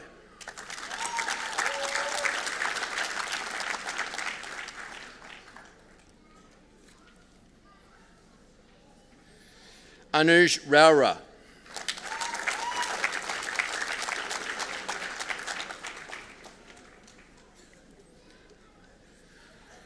Thomas Rincon.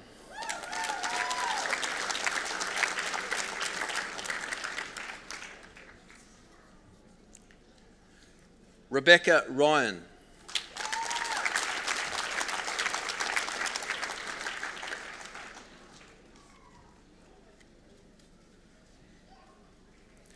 Harmat Singh Saini.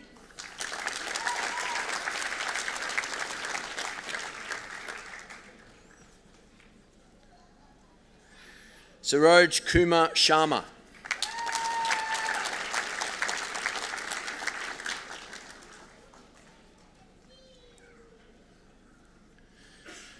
Chuchu Supriyadi.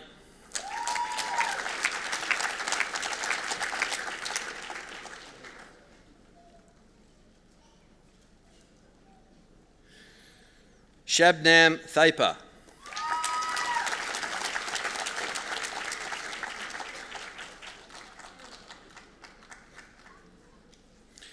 Ankush Tiwari.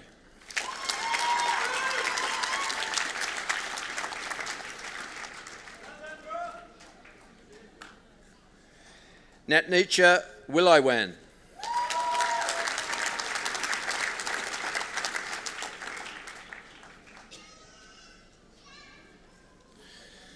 Sally Selamatwet Waldelsal.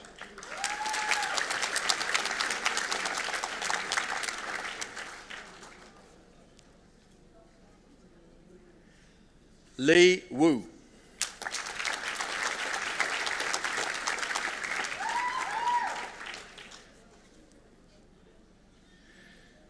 Yabe Zhao.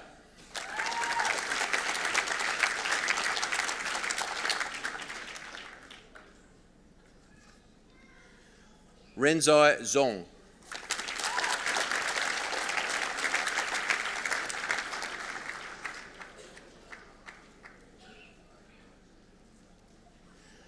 The following graduate has been awarded the Master of Laws, Applied Migration Law, Yi Zhang.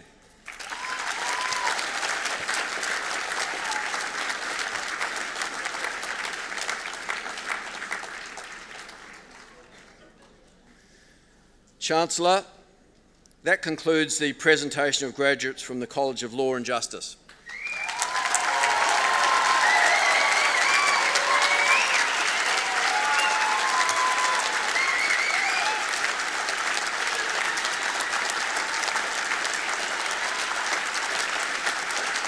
Louder, louder!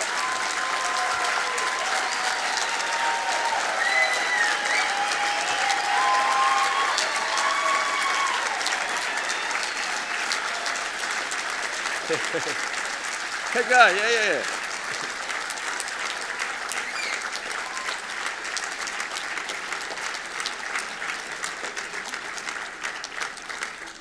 Who said law wasn't a fun profession? I call upon the Dean of Graduate Research, Professor Helen Borland, to present the doctoral candidates.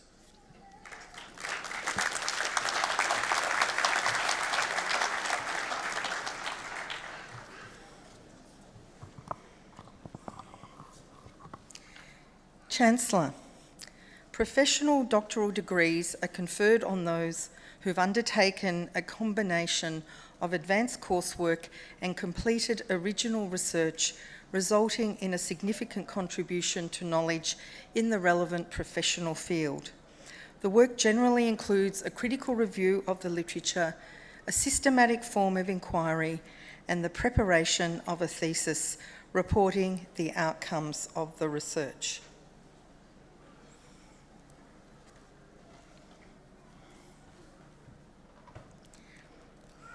Chancellor, I present to you Hewage Lakshi Krishani Pereira, who by reason of a thesis entitled An Examination of the Mobile Social Media Marketing Adopted by Australian Organisations as an Emerging Marketing Tool, has satisfied the requirements for admission to the degree of Doctor of Business Administration. The field of mobile social media marketing is still in its infancy, but has enormous potential to disrupt the way we do business in the future. Organisations now possess the ability to digitally locate customers in real time and understand consumer purchase behaviour based on their interests. This research examined the mobile social media marketing adopted by Australian organisations as an emerging marketing tool. Lakshi's principal supervisor was Associate Professor Arthur Tatnall, and her associate supervisors were Dr. John Hopkins and Dr. Leanne White. Chancellor, Dr. Hewage Lakshi Krishani Pereira.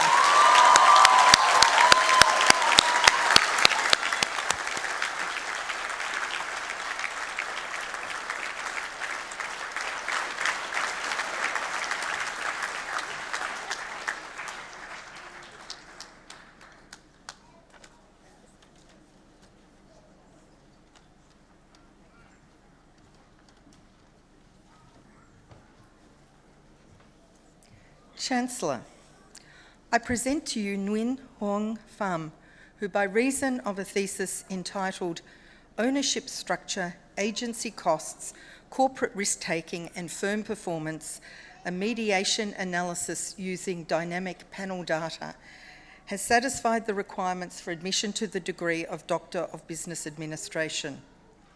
A full recognition of the role of agency costs and corporate risk-taking is essential to understand the bidirectional relationship between ownership structure and firm performance. Academics and finance professionals in Australia and Vietnam have applauded Hoang's work for bringing a mediation and dynamic approach to the issue and enhancing knowledge of the mechanism for improving firm performance. Hoang's principal supervisor was Professor Sadar Islam, and his associate supervisors were Dr. Sidney Lung and Professor Peter Sheehan. Chancellor, Dr. Nguyen Hoang Pham.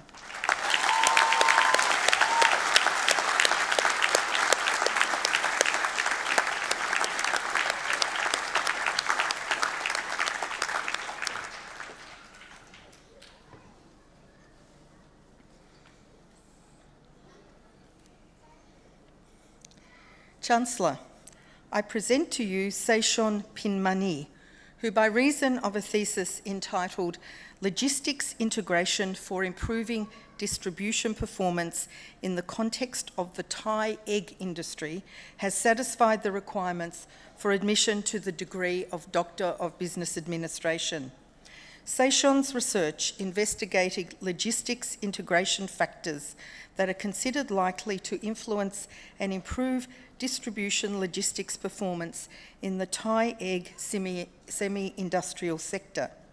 Research findings revealed that institutional support, organisational relationship, logistics operations coordination and information integration play a significant role in improving order fulfilment.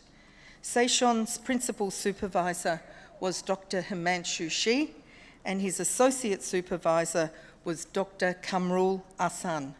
Chancellor, Dr. Seishon Pinmani.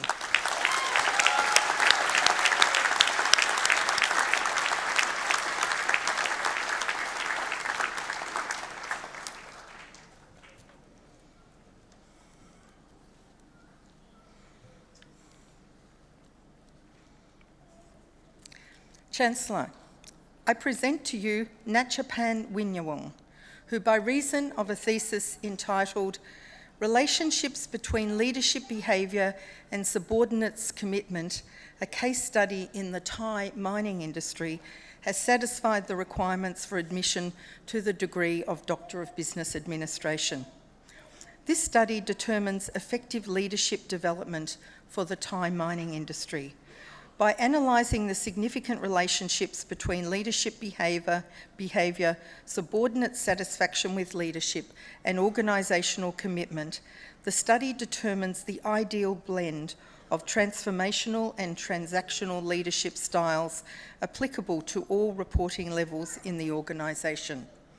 The results inform industry leaders on ways to improve productivity and performance. Nachapan's principal supervisor was Dr. Nick Billington, and his associate supervisor was Dr. Beverly Lloyd Walker. Chancellor, Dr. Nachapan Winyawong.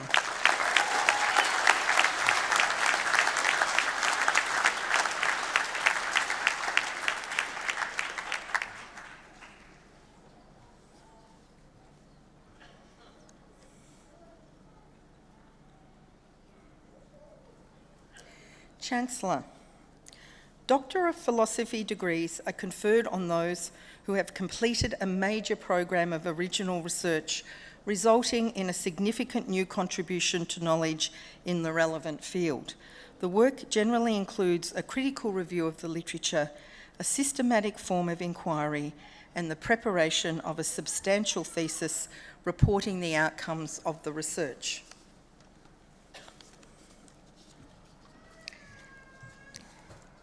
Chancellor, I present to you Abir El-Farhan, who by reason of a thesis entitled Increasing Women's Labour Market participation in Saudi Arabia, the role of government employment policy and multinational corporations has satisfied the requirements for admission to the degree of Doctor of Philosophy.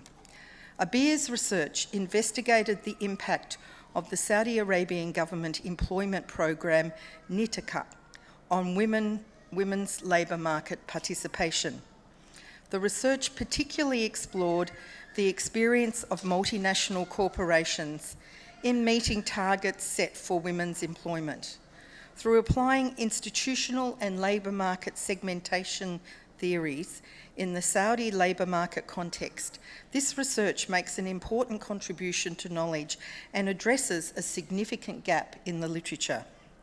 Abir's principal supervisor was Professor Donna Buttigieg, and her associate supervisor was Dr. Joanne Pike. Chancellor, Dr. Abir Al-Farhan.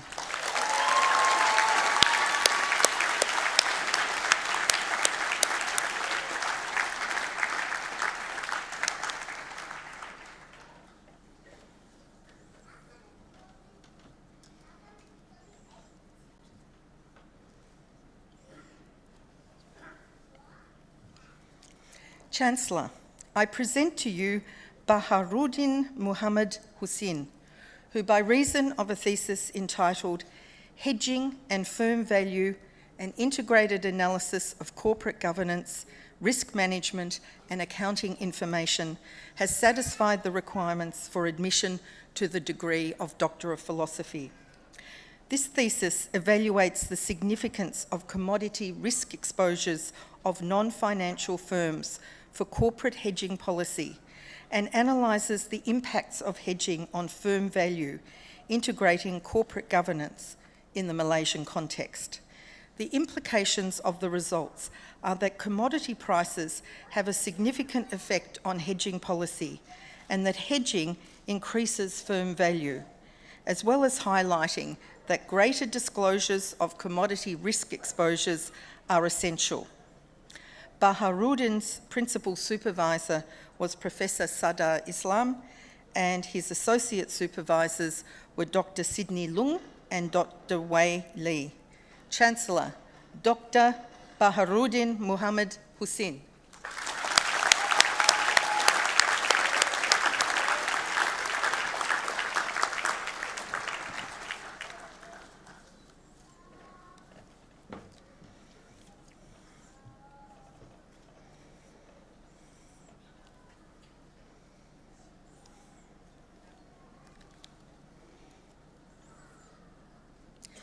Chancellor, I present to you Ansi Ramasamy, who by reason of a thesis entitled Performance Appraisal Practices in Non-Profit Organisations in Australia, has satisfied the requirements for admission to the degree of Doctor of Philosophy. The importance of the non-profit sector is increasingly acknowledged for its value to Australia's social and economic fabric. Notwithstanding this contribution, little is understood about practices to appraise human resource performance in the sector. ANSI's qualitative study addressed this gap and makes a significant contribution to theory and management practice by proposing a pragmatic and inclusive approach to performance appraisal in non-profit organisations. ANSI's principal supervisor was Professor Donna Buttigieg, and her associate supervisors were Professor Pauline Stanton and Dr. Annie Delaney. Chancellor, Dr. Ansi Ramasamy.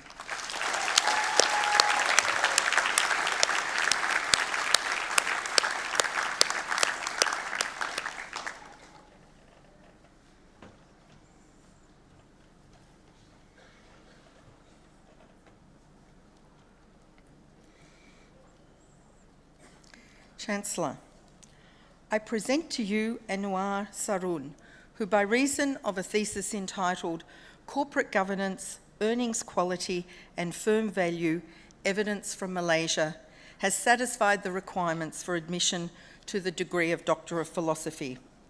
An investigation was undertaken to understand the nature of the relationships that exist between corporate governance mechanisms and firm value by considering the attributes of earnings quality that mediate the relationship. Corporate governance has a bigger payoff through improving the value of a firm than does increasing earnings quality. Anuar's principal supervisor was Professor Sadar Islam, and his associate supervisors were Dr. Sidney Lung and Professor Peter Sheehan. Chancellor, Dr. Anwar Sarun.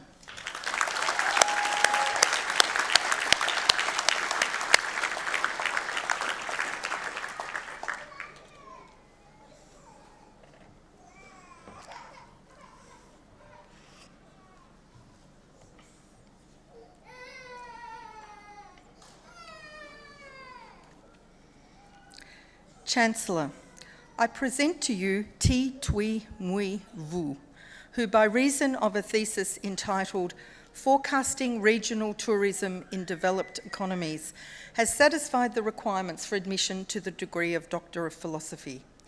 Forecasting tourism arrivals is fundamental to planning by governments and business. International tourists now travel beyond capital cities into regional areas in large numbers. This study compares 6 sophisticated mathematical forecasting methods to determine the best techniques for forecasting international arrivals in regional economies. 8 Australian and 50 US state areas are used as examples of developed economic regions. Tui Mui's principal supervisor was Professor Lindsay Turner, and her associate supervisor was Dr. Tu Hung Nguyen. Chancellor, Dr. Thi Tui Mui Vu.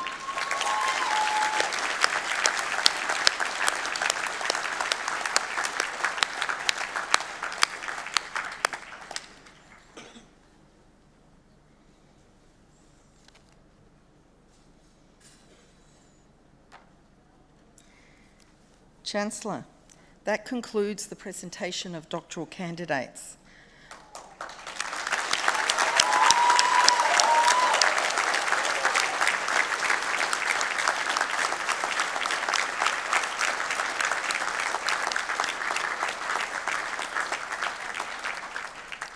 I now invite the Vice-Chancellor, Professor Peter Dawkins, to present the University Medallist.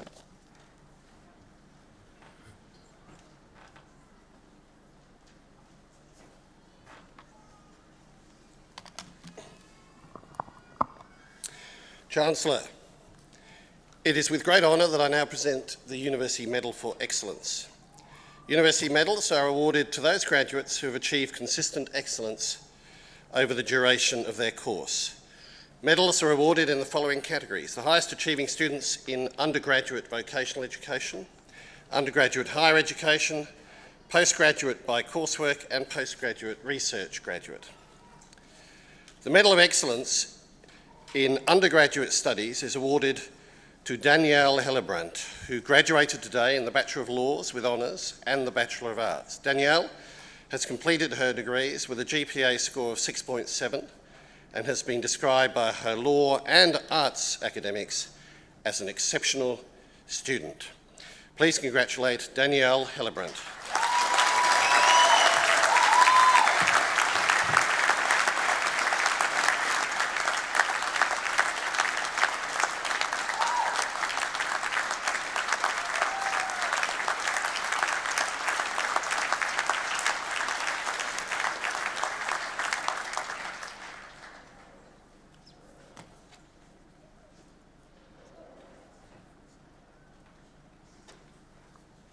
Thank you, Vice-Chancellor. I now invite Ante Sentech, who graduated with the Bachelor of Laws from the College of Law and Justice, to speak on behalf of the graduates. Ante grew up in a non-English speaking family in the western suburbs. He excelled in his law studies at our City Queen campus and has been heavily involved in the VU community, taking up roles as a student ambassador, student rover and a student services assistant. He has volunteered at the Brimbank Melton Community Legal Centre, helping disadvantaged people, and has helped financially stressed and socially disadvantaged clients at Sunshine Legal Aid Office and West Justice Werribee Office. Recently, he was a finalist in the City of Brimbank 2016 Young Citizen of the Year and also received a nomination for Victorian Young Achievers Career Kickstart Awards. Please welcome Ante Sentic.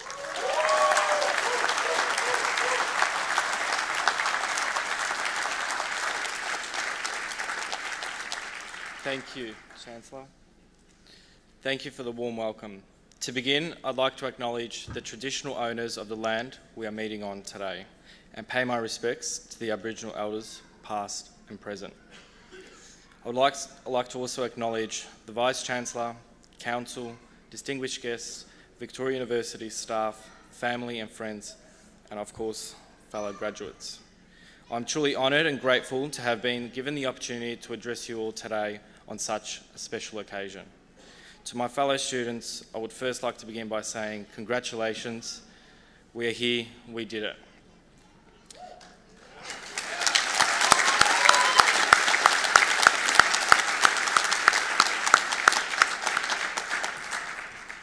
Today marks a very important milestone for all graduates. This is a time to reflect upon our journey that we have just finished, which represents what at times has been one of the most challenging and rewarding experiences of our lives. As we now go on to explore new and greater opportunities, we take with us not only the academic knowledge we have gained at our time at university, but a greater strength to accept new challenges, accomplish bigger and better achievements, and gain new-found success.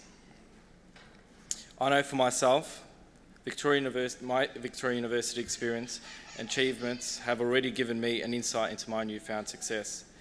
I started at Victoria University in 2012 after completing my VC at a low socio-economic secondary school in St Albans.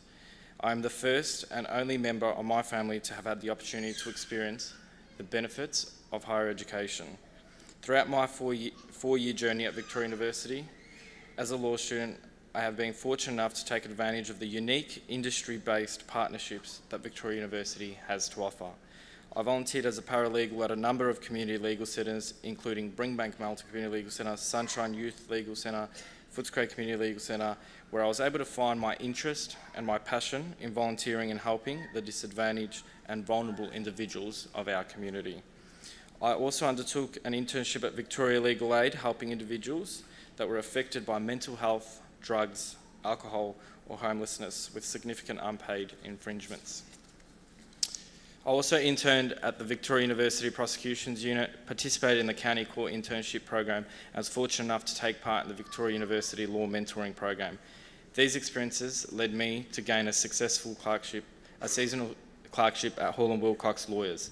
That ultimately led to my role now as a graduate lawyer at the firm.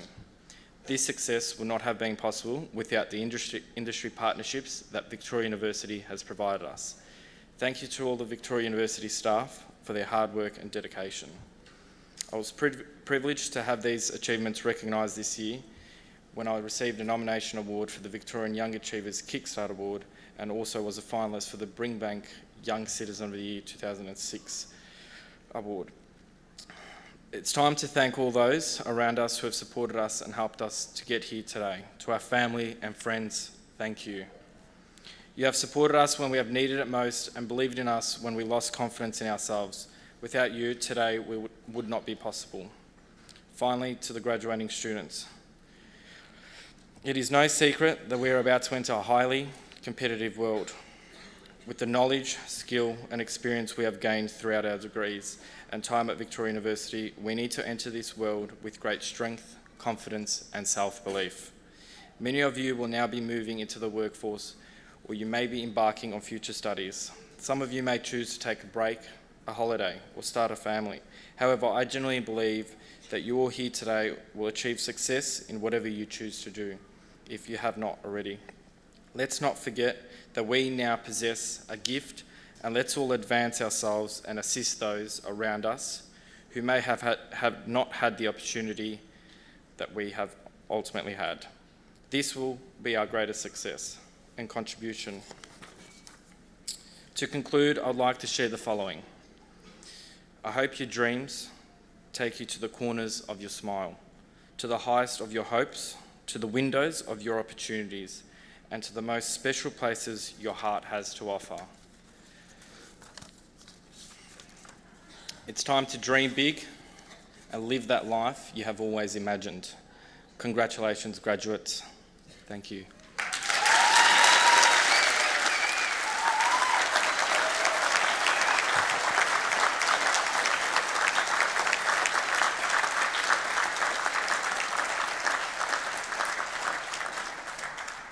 Thank you, Ante, for talking and speaking to us today on behalf of all the graduates in this room, and congratulations on your achievements. I now invite the Vice-Chancellor, Professor Peter Dawkins, to read the charge to our new graduates.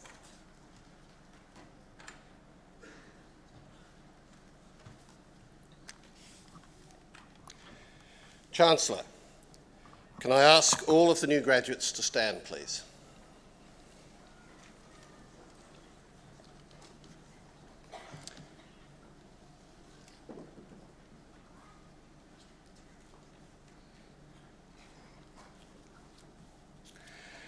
I charge you as graduates of Victoria University to uphold our commitment to excellence in the way you use your knowledge, skills and capabilities in your chosen occupations and industries and in your further studies. To engagement by the way you use your knowledge, skills and capabilities for the benefit of local and global communities. And access, along with equity and respect, by the way you connect with people from diverse countries, cultures, socioeconomic and educational backgrounds. Let it be known that you are a graduate of Victoria University, defined by a commitment to excellence, engagement and access in everything you do. I charge you to make a difference to the world by modelling these values and behaviours and by being courageous in the way you play your part in solving problems in your work and in the broader community. Please be seated.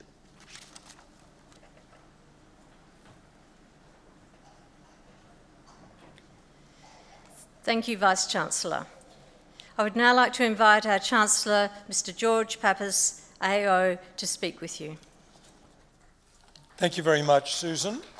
I think you can all guess that we're getting towards the end of our ceremony, or the formal part, that is, and I'd just like to say a few words in conclusion. Firstly, thanks to all of you for listening to my advice to both respect the formality of our graduation ceremony, but also to enjoy it and to clap and cheer enthusiastically and make it a real celebration. Thank you for that.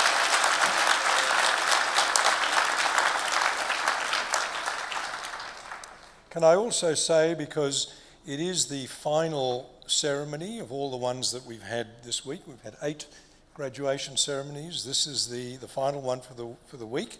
Can I just say thank you to all the people who have made the ceremonies work so well. Firstly, to our MC, Dean of Students, Susan Young. Susan, thank you. Susan's life at VU is all about our students, and we are, I think, indeed lucky to have a person like her working with us. Can I also say thank you to the audio-visual team that has been sitting quietly with their very complicated pieces of equipment, making sure the sound works. The video images work properly and making it such a great experience for all of us. Simon and his photographic team will of course be offering you photographs. Simon works with us at all of our graduation ceremonies and takes the best photos that I've seen. So Simon and your team, thank you.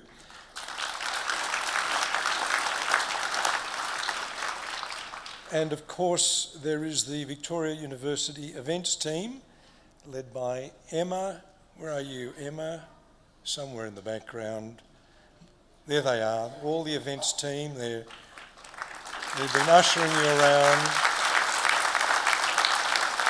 making sure everybody goes in the right direction. Thank you team, for all your hard work, and they work in tandem and in partnership with our graduations team, with Teresa and Sandy, who's been helping me here. Our graduations team does an enormous amount of work to make these ceremonies work, so thank you for all of your hard work. And again, can I say congratulations to all who've graduated today. We've asked our graduates to do very complicated things, to stand up and sit down and turn around. I'm going to ask you now just to stay sitting. You're allowed to stay sitting, but I'm going to get everybody else to stand up. Everybody who's a supporter, no, graduates, stay sitting. Everybody else stand up, because we're going to give them a really loud standing ovation to say congratulations for all that you've achieved. Congratulations.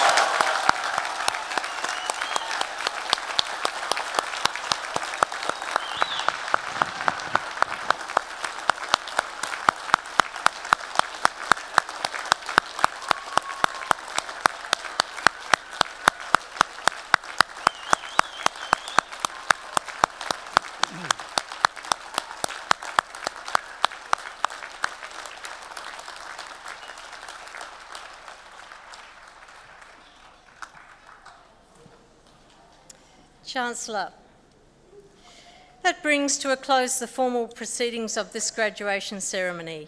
On behalf of the Chancellor, I extend an invitation to all graduates and guests to join him and the university procession in the view on level 4 for refreshments. For safety reasons, I ask guests to remain in their places until the university procession and the new graduates have left the atrium. Guests will then be invited to leave once the procession and all graduates have departed. Now, would you all please stand?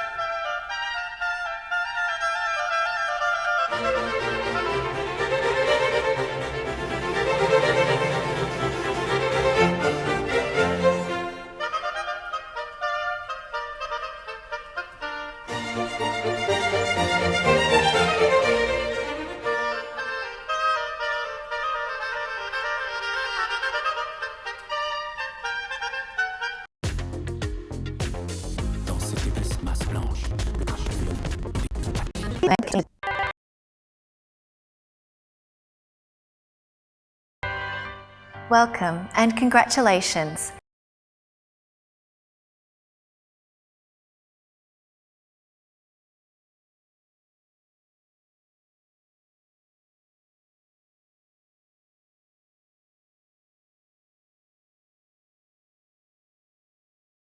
For more than 100 years, the Adjunct have handled and published